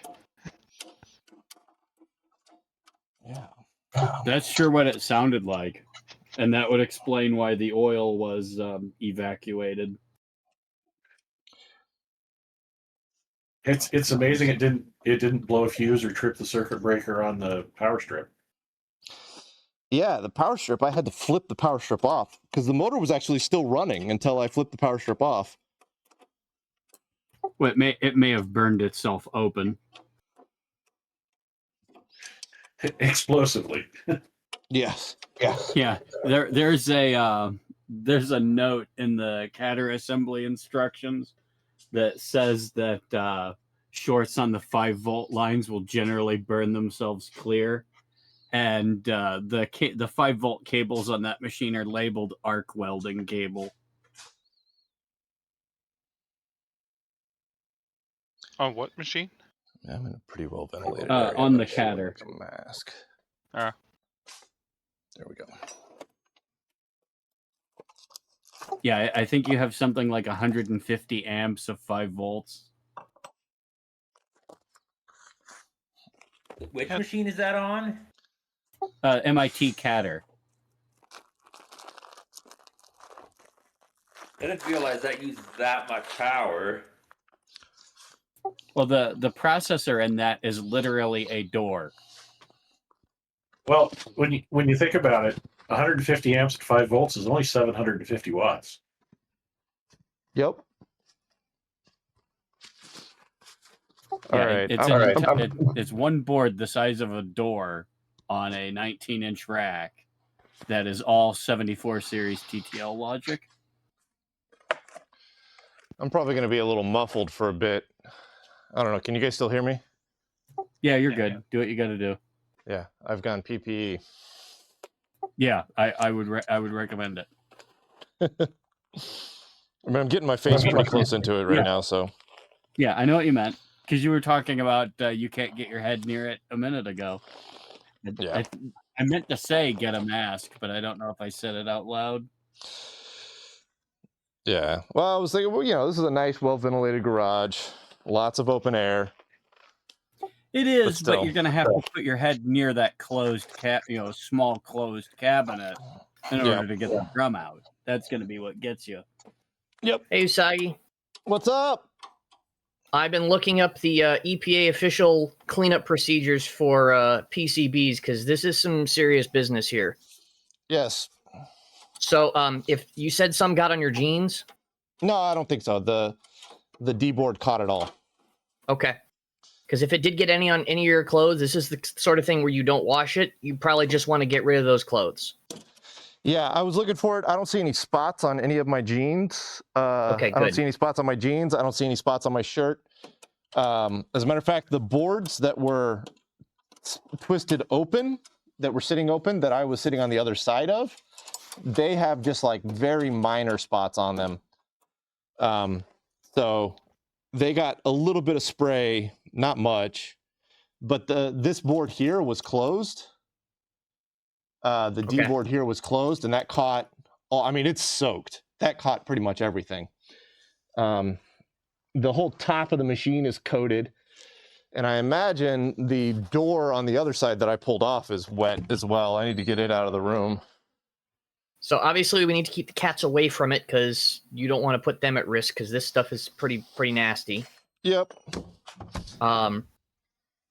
But pretty much everything that you use to clean this stuff, number one, you don't want it going down the drain, and number two, you need to make sure that it's marked accordingly when you get rid of it, because I imagine there's probably going to be somewhere special that you're going to want to have to take something like this. But basically what you're going to need are organic solvents to get it to come up wherever it's stuck. And you're going to want to double wash. I'm dead serious on this one. Double wash every place that it got on there. Yeah. The whole thing's getting a big old wash. Yeah. The good news is that it doesn't look like it got on the carpet. It doesn't look like it got outside the case of the machine. Yeah, I had the door on the other side. And when the D card is closed, there's just a tiny little, maybe 1-inch gap at the top of the D card. And so it would have had to spray through that tiny little gap.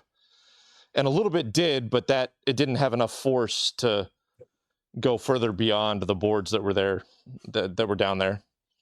So we didn't get any on the carpet. We didn't get any on other stuff. But the drum has a big old pool on it.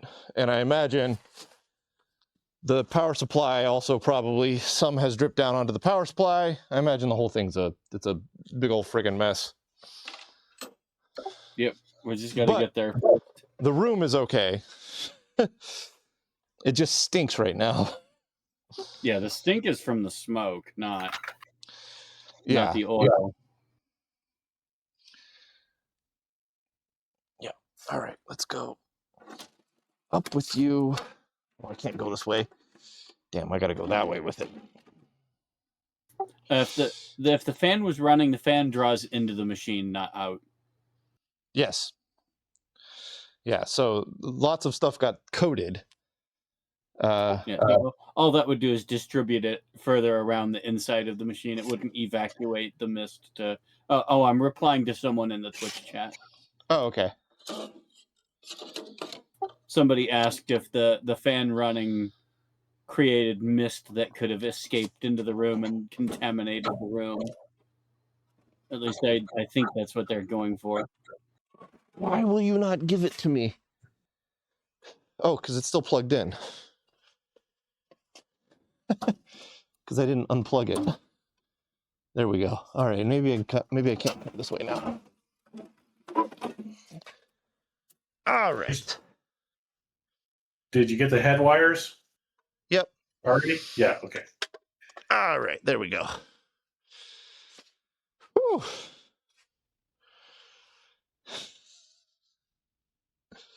Oh, this sucks.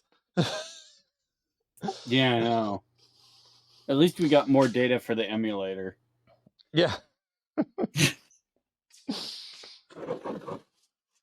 You discovered the halt and catch fire command. Yeah, quite literally. I'm pretty sure I started this with saying, if something hasn't caught fire, it's been a good day. I'm fairly certain that was a quote that I said earlier in the day. Yeah. And technically it didn't catch fire, it just vented the oil. Yeah. And art. Do I need to emulate this behavior? So in the emulator, make sure it's period accurate. So here's what you're going to do. You're going to take a sample of the audio from the stream of it going bang, and you're going to put that into your emulator. Yeah, there you go. Press the wrong button and there you go. Okay. measure how long the computer was running for, that was plugged in and running, and then if the emulator runs that long, then this happens. Yeah.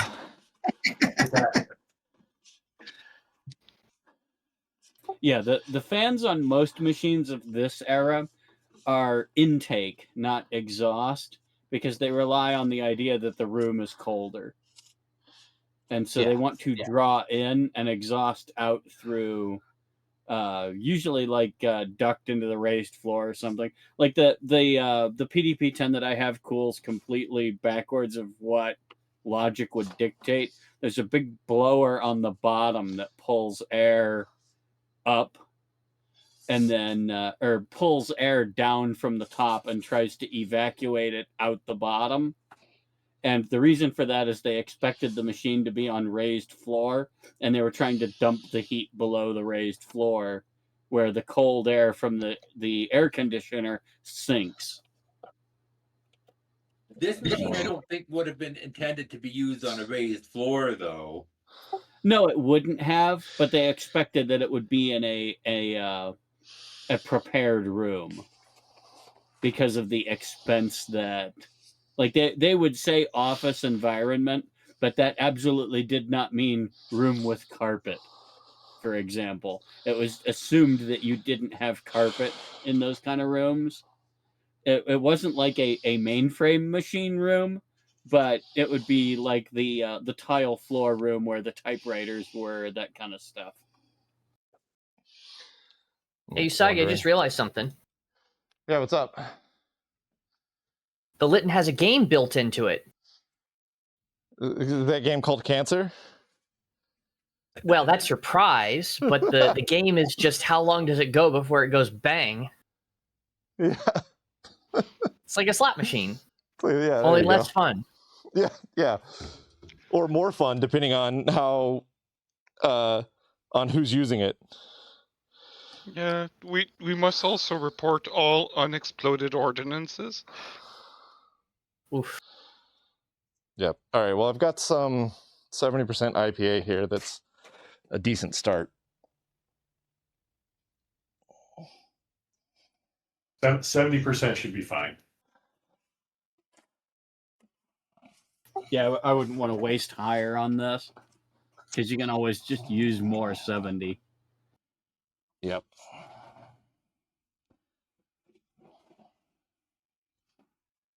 You know, and oddly enough, simple green should also work well cleaning it up.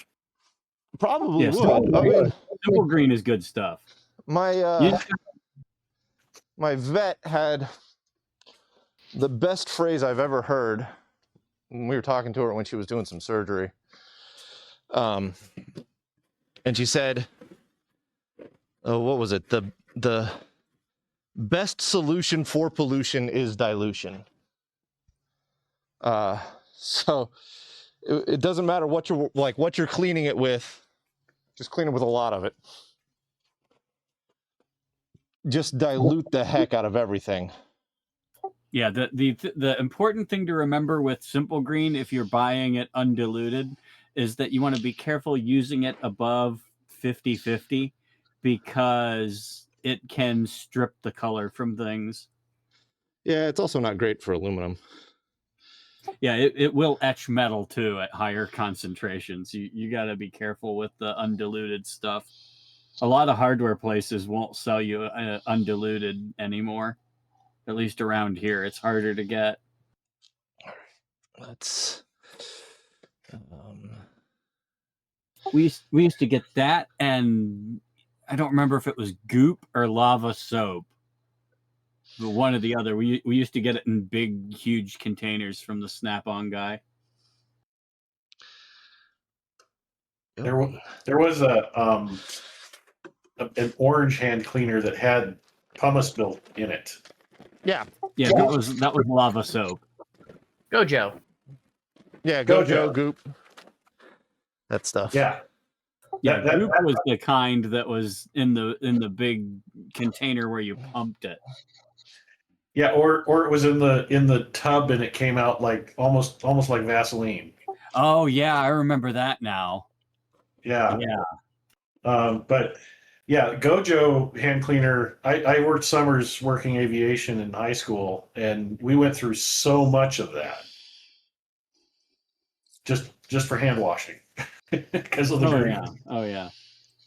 I don't think we had it under the brand name Gojo here, but I do know exactly what you mean, and yeah, that was good stuff. That was always here in the shop, and if we made big messes, we'd use it up.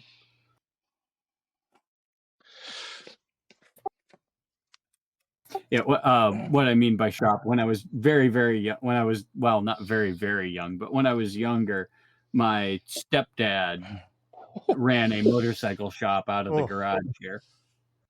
Alcohol is strong. Damn. That's coming through the mask. Even if it didn't get on the carpet, you may just want to replace it because I believe you're using carpet squares, because even just the fine splatter, it's not going to be very easy to get even just the tiniest droplets that may have gotten on there out. It would probably just be safer just to replace at least the area around it that could have gotten splattered. That and potentially something like a clay-based kitty litter could potentially help with the cleanup factor, because it can be, well, absorbent, but it's not very much in the way of liquids, though, for that to be probably very useful, but something to keep in mind. I'm not too worried about the carpet, but yeah, there's about 2 or 3 carpet squares that could be replaced relatively easily. I mean, again, like, it can't have gone too far because there was like a huge board blocking the way. Yeah, it was pretty well contained inside the machine. And We got thank extremely goodness lucky that we were probing a lot on D-board on the other times. Yeah, I mean, if we'd had D-board down, it would have been a catastrophe. We got lucky. Yeah. And having that other side panel left on this time instead of taking it off. Yes, that was also incredibly lucky. Ugh.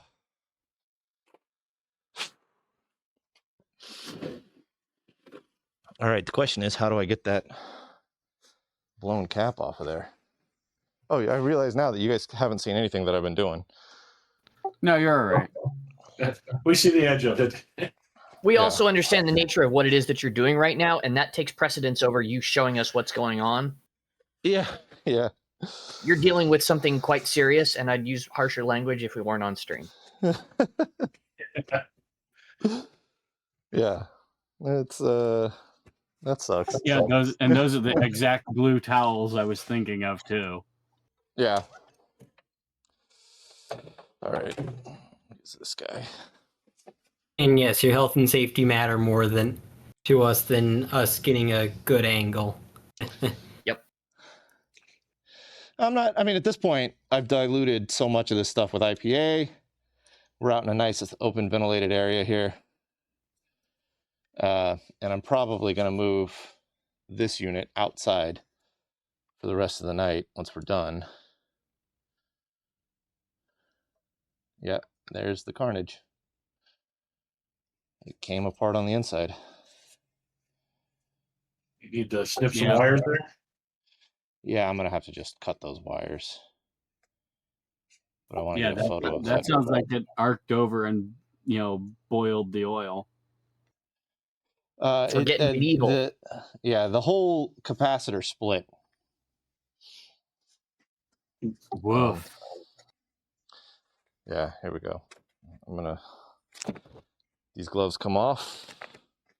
I think I've got one more pair of gloves in here. Well, maybe not. I have one nitrile glove left. I assume if it turns out to be against, then oh well, we'll burn the warning. Because if we don't show the cleanup, people will assume the cleanup was not done. That's just the internet. Yeah, I gotta go get some more gloves from the inside.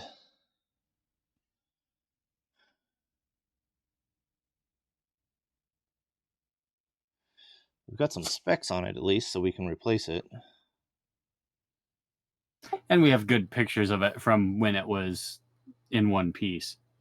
No, the specs are written on the part that was bolted flat up against the thing, so we couldn't have seen it. 7.5 microfarad. 330 volt AC, 7.5 UF. Well, that's nice to know now. Yeah, you guys can't see this. Hang on, let me show you the photos of how this thing came apart.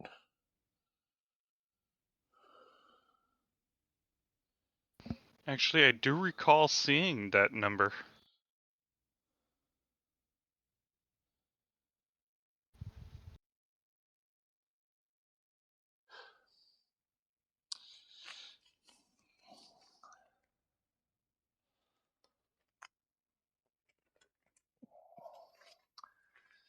There we go. TJ in the Litton chat says PCB goes through nitrile. Well, it's either that or fabric gloves. So no, never mind. Apparently, Wikipedia says otherwise. So your mileage may vary. I imagine if you're dealing with PCB every day on a daily basis, you want the right type of gloves. I'm dealing with PCB. May vary. Well, unfortunately, I don't have any more. I was going to go to Ace to get some more, but I've got one. I'm in Michael Jackson status right now. Smooth criminal. Billie Jean's not my lover. She's just a girl who says I'm the one. But the kid is not my son. I like Chris Cornell's cover. It's epic. Yeah, I'm going to put the doors back on that before I go to bed. And we're going to move you outside. And then I'm going to clean up the hazmat area that I've built here. But I need more gloves. Okay, I got to set the mic down right quick. I'll be right back. The gloves are inside. Well, this went sideways real quick now, didn't it?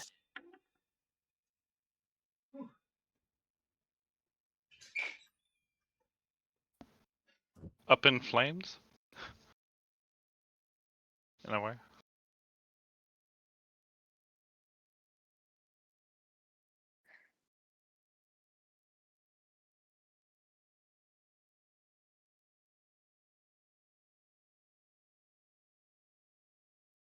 For those of you who have experienced similar rapid unexpected disassembly or unplanned disassembly of a vintage computer, how does this rank relative to the ones you've experienced?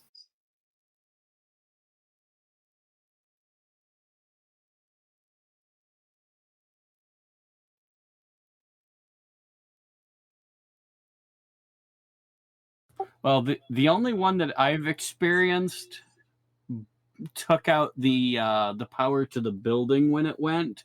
Ooh. So we were more concerned with getting safely away from the immediate vicinity before somebody got the idea to reset the breaker, because we were not the only people there. And the expectation was that when the breaker came back in, if we didn't have a chance to grope our way to the AC cord and get it out of the wall, somebody was going to get got. But thankfully, the plant supervisor knew what we were up to and made sure that we were clear and good before the power was restored. All right, let's just snip the wires on that thing.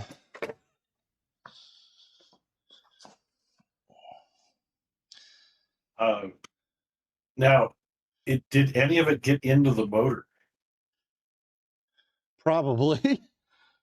But then again, you can rinse the motor out with IPA, so. Yeah, I've already poured quite a bit of IPA down it. You just have to relubricate it afterwards. Yeah. I am slightly worried about the belt on the bottom, though. Fortunately, that's just a V belt, isn't it? Yeah, I think so. I'm probably gonna have to replace it though. Yeah. Yep. All right. Well, we've got the cap off. It is gonna go inside of a paper towel, inside of a box, inside of a plastic bag.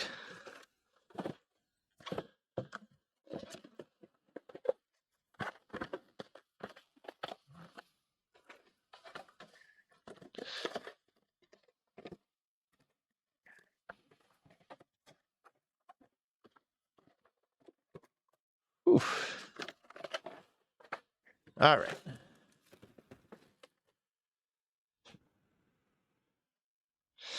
I'm tempted to take a hose to the thing, but the drum, I'm worried about water ingress. Maybe if I can get just the motor off, I'll do a hose to the motor. The motor has 2 caps on it. One is start and one is run. Yeah, one is start, one is run, huh? Probably should replace both of them at this point. What, you're telling me you don't want to do it again? Yeah. No. The start cap may just be an electrolytic. Oh yeah, it might be. It's about the right size.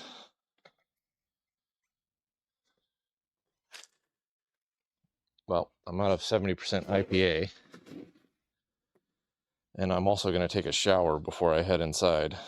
That is a fantastic idea. Yeah. I'm going to jump over to the guest room over there, take a shower.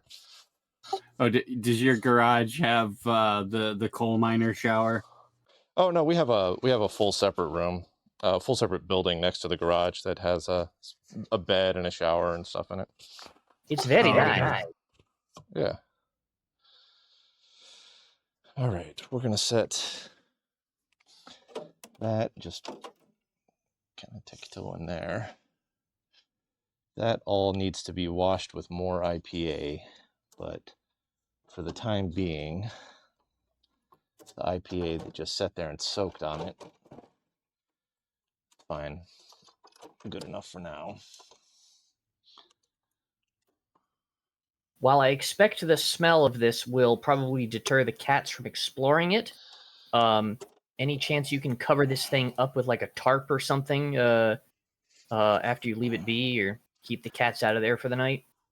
Yeah, we'll see. I'll see what I might slide the whole thing someplace where they're not going to get to, but yeah, I'll cover it with something. Well, I'm going to put the sides on it as well, right? So they can't get into it. Oh yeah, okay, fair point. Yeah. And then the whole drum is going to go outside, so they're not going to mess with that. I mean, the drum is the worst part. The rest of it just got kind of splash damage. The drum is the really bad part. Do you want to do a prophylactic wipe down with Simple Green after you get the sides back on it all the way around it? Yeah. If I can get this screw in. Oh boy. Well, putting the fun in super fun. I'm stealing that joke. Right? Thank you, TJ.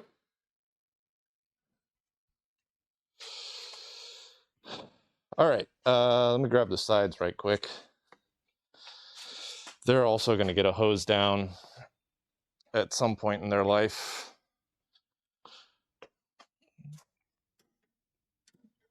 Not tonight, though, because it's 1 a.m. At least this happened before it was freezing outside. Yes, which should happen this weekend, actually. Yeah, we're supposed to have thunderstorms this weekend and below freezing, but we've already had below freezing earlier, so. Yeah, the only time that I had a true explosion in my lab repairing something was a reefa that was hidden inside of a piece of Commodore equipment, and it happened on one of the heaviest snowfalls of the year. on one of the coldest days that we had all year, and I had to ventilate the house. So that meant the temperature in here dropped dramatically as the smoke was being expelled. It's not fun. Yeah, but on the other hand, if you have that kind of a temperature inversion, that's good for your exhaust flow rate. That's true. That hot air is going to want to evacuate. Yeah, I was looking at the weather. I was like, yeah, once the thunderstorm passes, I could run the PDP-10, and then the frickin' sun died. Oh, let me get the back panel too.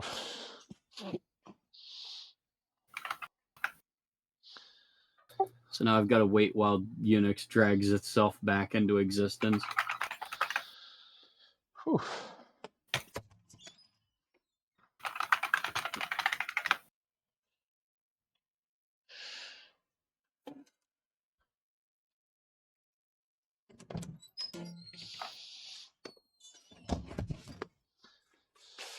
All right.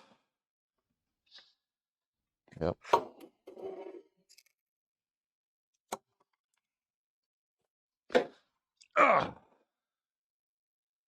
Well, at least could be worse, right? Could be addicted to at cocaine. At least maybe the Data 620 doesn't have any of those style of caps, but you want to look at the LGP. The Data 620 has some AC caps for the ferroresonance supplies, but I don't think those are PCB caps.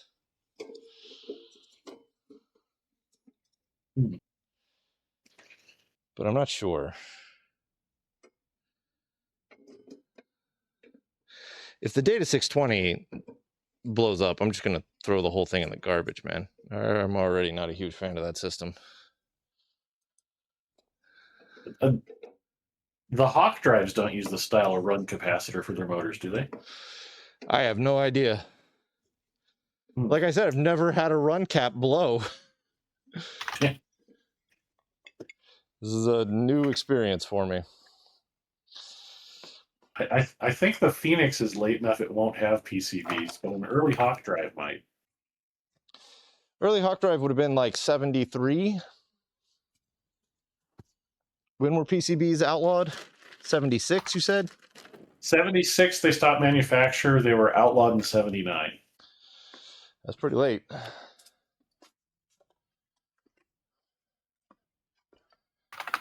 All right. All right.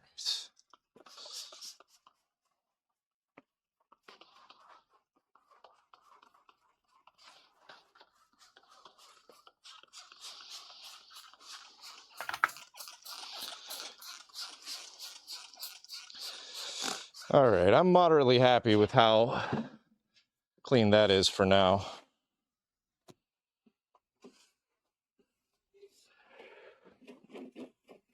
I mean, the upside of this is that the Litton is going to look shinier than it's ever looked.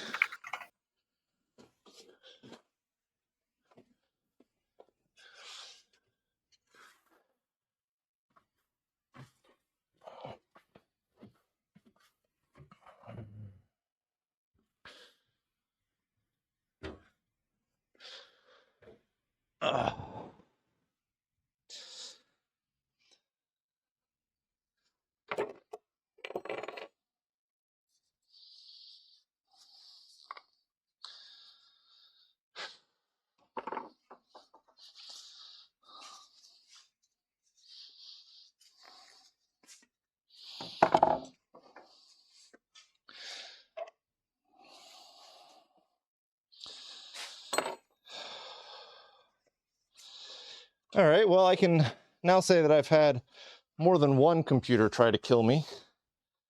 The Bendix tried to murder me with sheer weight and momentum. This one tried to do it with chemical warfare. Have you had a reef explosion? I have not. But I wouldn't necessarily consider a reef explosion to be, like, dangerous for your health like this. It's bad for your lungs. It's not good. I'll get a good bed. Take care of. Oh, you out here, Bob? Take it easy, man.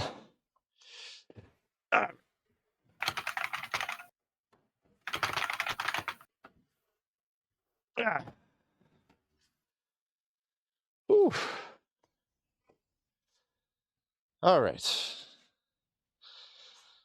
I think if I put a big fat moving blanket over the top of that and push it into a corner, the cats will leave it alone. Or if they don't, they're sitting on a moving blanket, not sitting on the actual thing. And with the exterior wiped down, it's fairly safe. I mean, at this point, I would say that there's more dangerous stuff in the garage than this. Like a mill that's covered in oil that's leaked out, or a drain pan underneath the car that has old gas and oil and junk mixed into it. There's lots of other dangerous, nasty stuff in here. I gotta figure out where to put that thing outside. Yeah, the other thing to consider is that there's no making this machine perfectly sterile, especially considering that just the fact that there was this cap in there when it was working has a certain amount of background radiation, I guess you could call it, PCB, that escapes in normal operation. So the only way you could make this thing clean enough for the purists would be to melt it to slag and make beer cans from it. All right, that's gonna be just fine right there.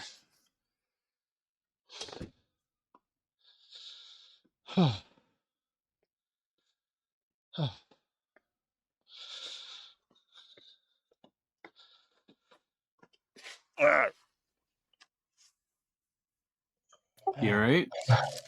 Oh, I'm just out of shape and winded because I don't exercise enough. What, and this doesn't... Yes, this is not despite what you may think with the stuff I work on, this is not an everyday occurrence.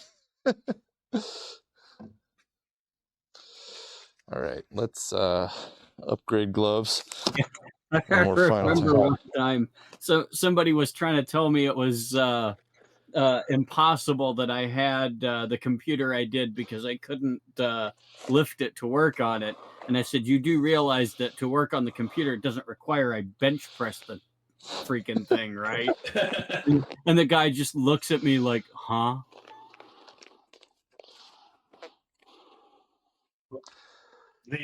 The test benches I worked on in the Navy, we had a hydraulic rack jack to pull out building blocks to work on them and take them to the repair shop.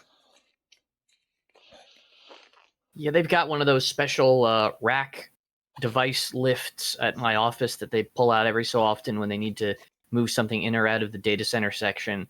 And I don't know, sometimes there's some folks in this hobby that I think probably should have one of those. Oh, yeah, we had one at the office. It was great. It would lift up to, I think, 800 pounds, which was massive overkill.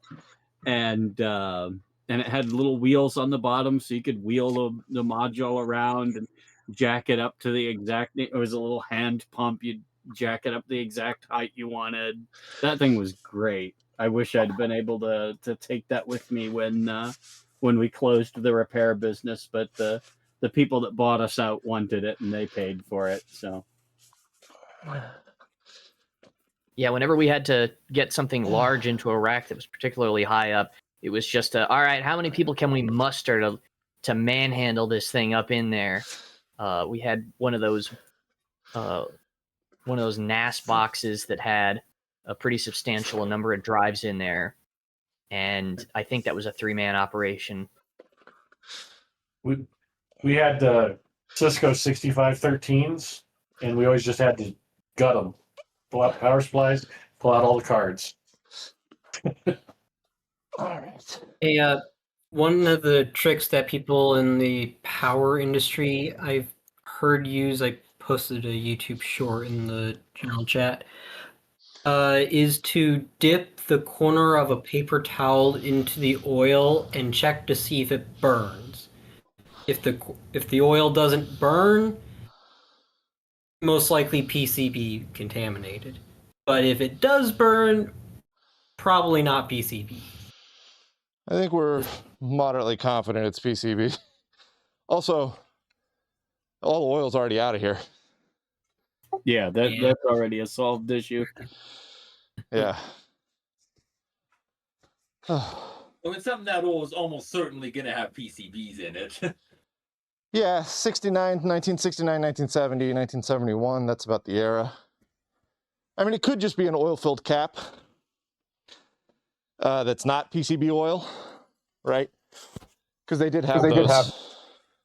Yeah, but then I would expect it to be transformer oil, and isn't that lighter in color? Oh, I don't know.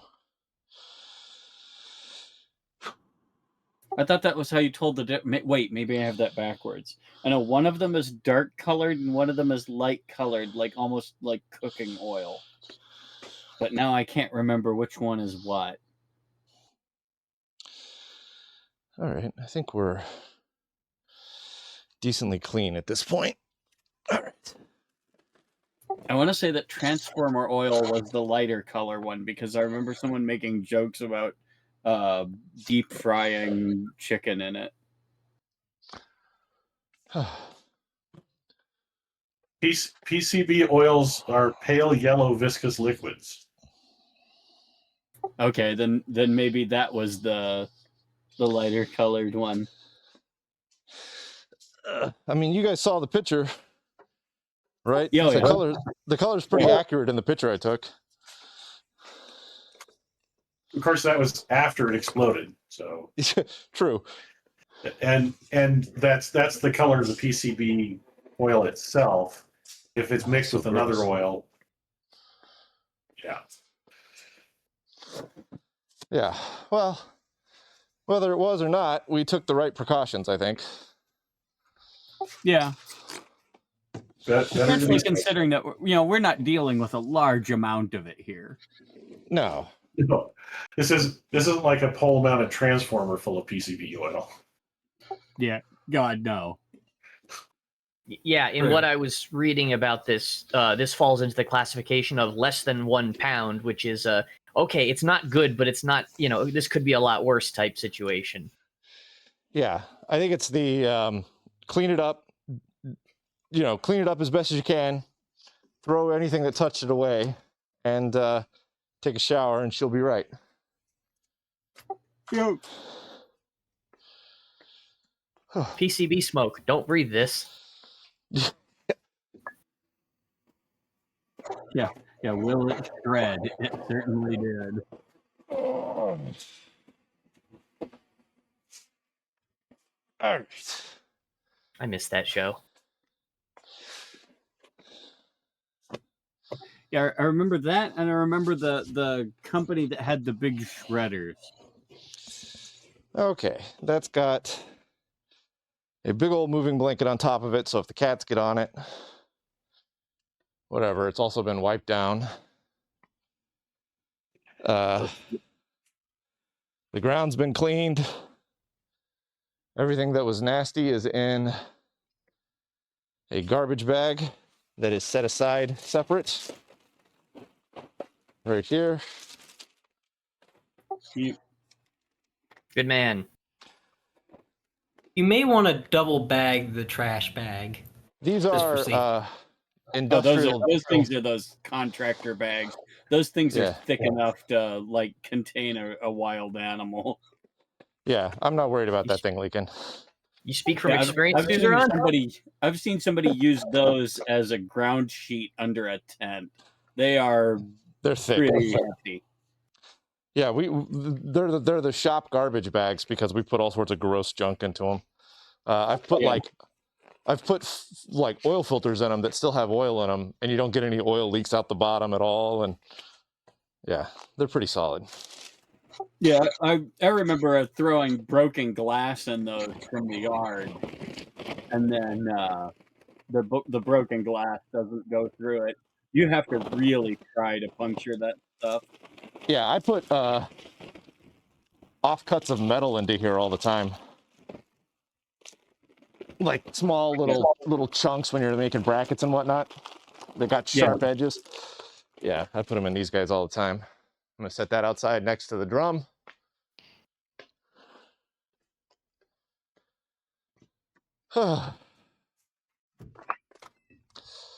Sorry, I had to deal with all that. Those things are about as thick as a dozen of what your normal household bag would be. They're not. It's not even fair to compare them. Oh yeah, those things are gnarly. All right, let's see if I can figure out which carpet squares may be of interest here. Sorry you've had to deal with all this tonight, Usagi. This is it's a lot. Makes for good TV, right? Yeah. If nothing else, this is good content. Oh yeah, it's definitely going to be an interesting part in the video.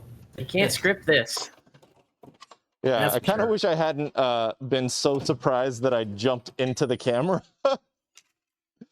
It adds to the suspense. Yeah.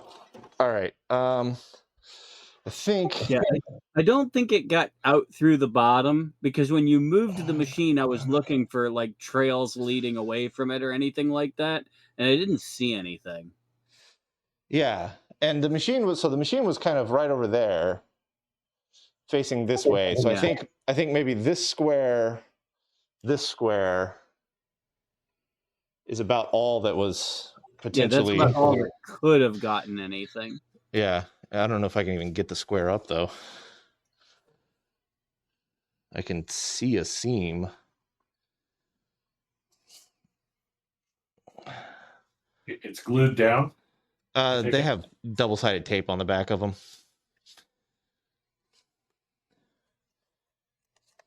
There we go. There we go.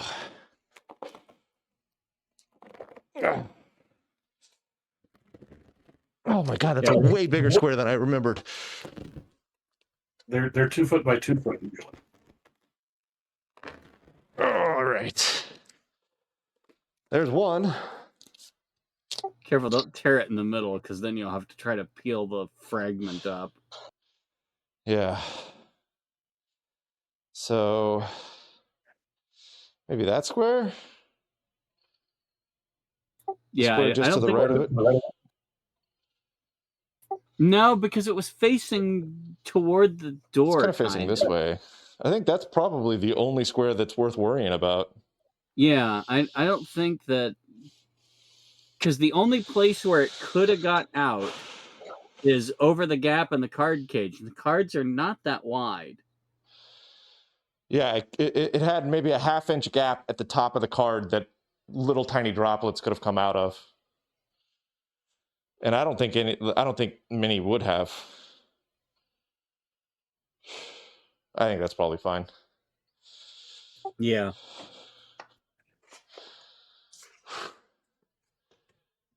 Yeah, I think the all only those way to know for sure would be to have some kind of sensor and yeah, I would still recommend at least cleaning the carpet squares you do leave, just to be safe. Clean them I with assume what? that happens anyway because dust is bad. Yeah, I mean, I vacuum like 3 times a week, pretty much.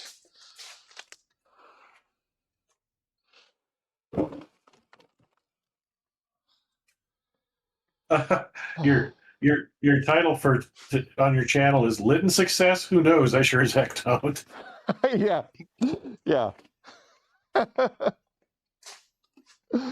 Clearly not.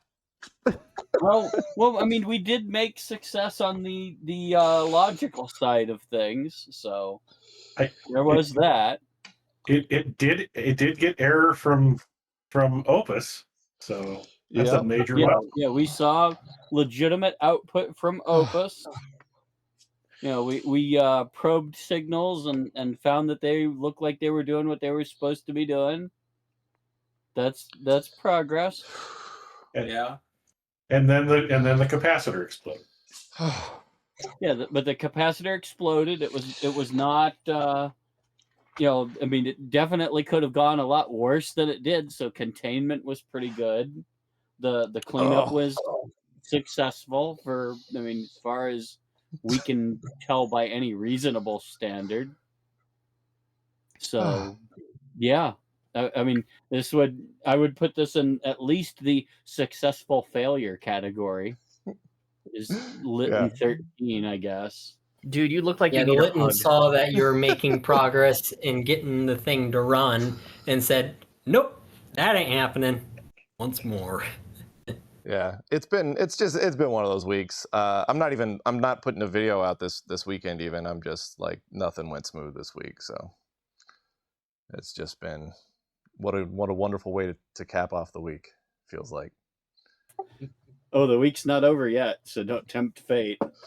Yeah.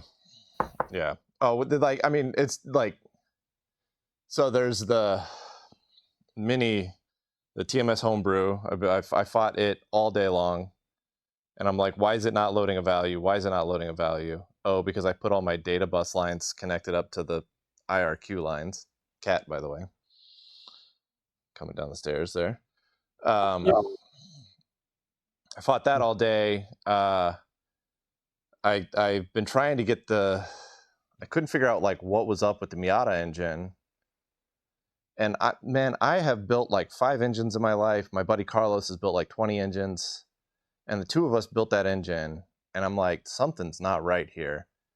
And so I was cranking it, and I could see oil seeping out between the head and the block around the head gasket. And I'm like, that's really not good. So I pulled the valve cover off, and like, apparently between two guys who have built a cumulative 20 to 30 engines, we forgot to torque the head bolts. So they were all just like finger tight. So I cinched them down, and it still won't run. But I think now it's a fueling issue. I think I've got the fuel system all mucked up and backwards because Miata's used 3 or 4 different types of fuel systems, and I'm trying to marry that to the existing Isuzu fuel system, and I just don't have enough pressure. So I've got new parts on the way to solve that. I did do a compression check.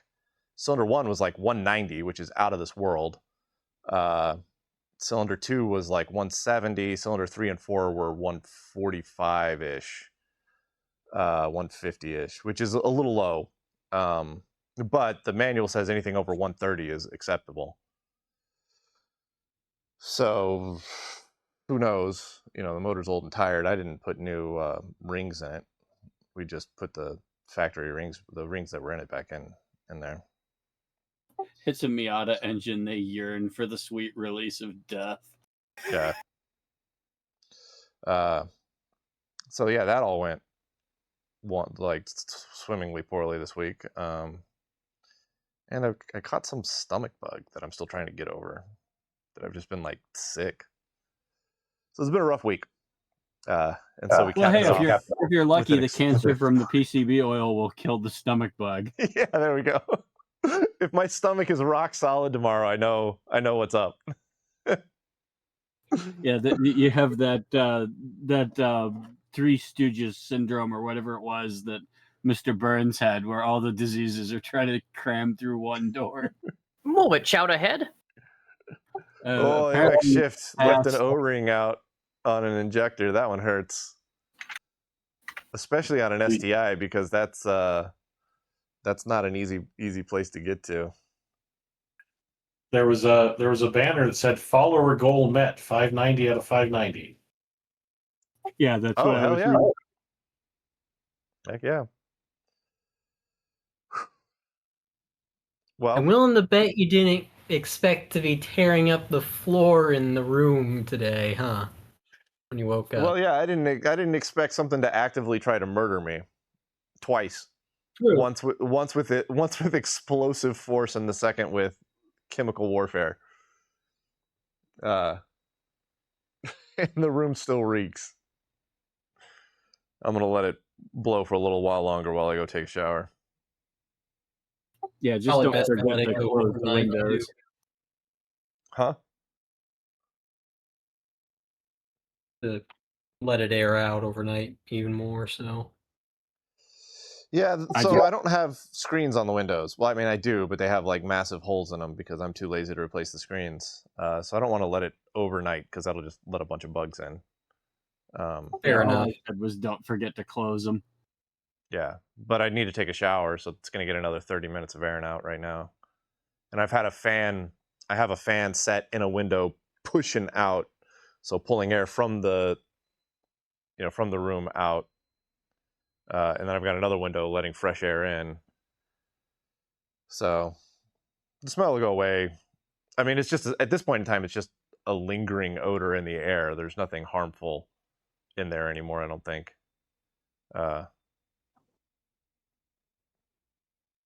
Yeah. Hey, Sue. You can come say hi, kitty? Yeah. Hey, kitty. You just gonna lay down there? Or are you gonna run away? All right.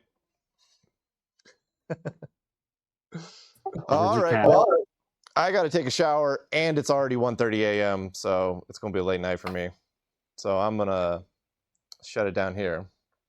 But that was more exciting than I expected it to be today, for all of the wrong reasons. And some of the right ones. And some of the right ones. I can almost imagine the title of the video now with the Litton. 2 steps forward, 1 step back. This is like 15 steps backwards, but... All right, well... But you're still making steps. Yeah, we're still making steps. Whether in the right direction or wrong direction. Would it be hard to find one of those caps? Oh, no, they're pretty... It's just a That's start what I cap. thought. They're fairly easy to find. There's nothing too special about them. The actual repair is going to be easy. It's the cleanup to get to the point of the actual repair that's going to suck. Because the drum is... the motor... ideally, I need to take the motor out. I got to get that motor off of the entire mount there so I can just like hose the entire motor down and then re-oil it and then put new caps on it. That's going to be a pain in the these butt. kind of caps will be made forever because they use them for HVAC. Yeah, I can just find an HVAC or a pool. Like pools have big AC motors on them with start caps, so like those types of caps are available for cheap, dirt cheap. What I thought. Yeah, so the fix will be easy. It's just getting everything clean enough to the point where we can get the machine back in the room and then get the fix affected. So that's going to suck. At the very least, it did manage to get a read off of the drum, so it can work off of that, or at least people can work off of that in the meantime. Oh, we got that a long time ago, so... we've had at the least drum people for a can while. continue work. Yeah, I don't know. I think maybe next week we'll take a break on the Litton and we'll work on a paper tape reader or something, because I've got a paper tape reader out there that we got to figure out so we can start reading in those Litton paper tapes. And I've been needing to work on that anyways. So, all right, I'm calling it a night. Almost at 4 hours exactly. So, thank you guys.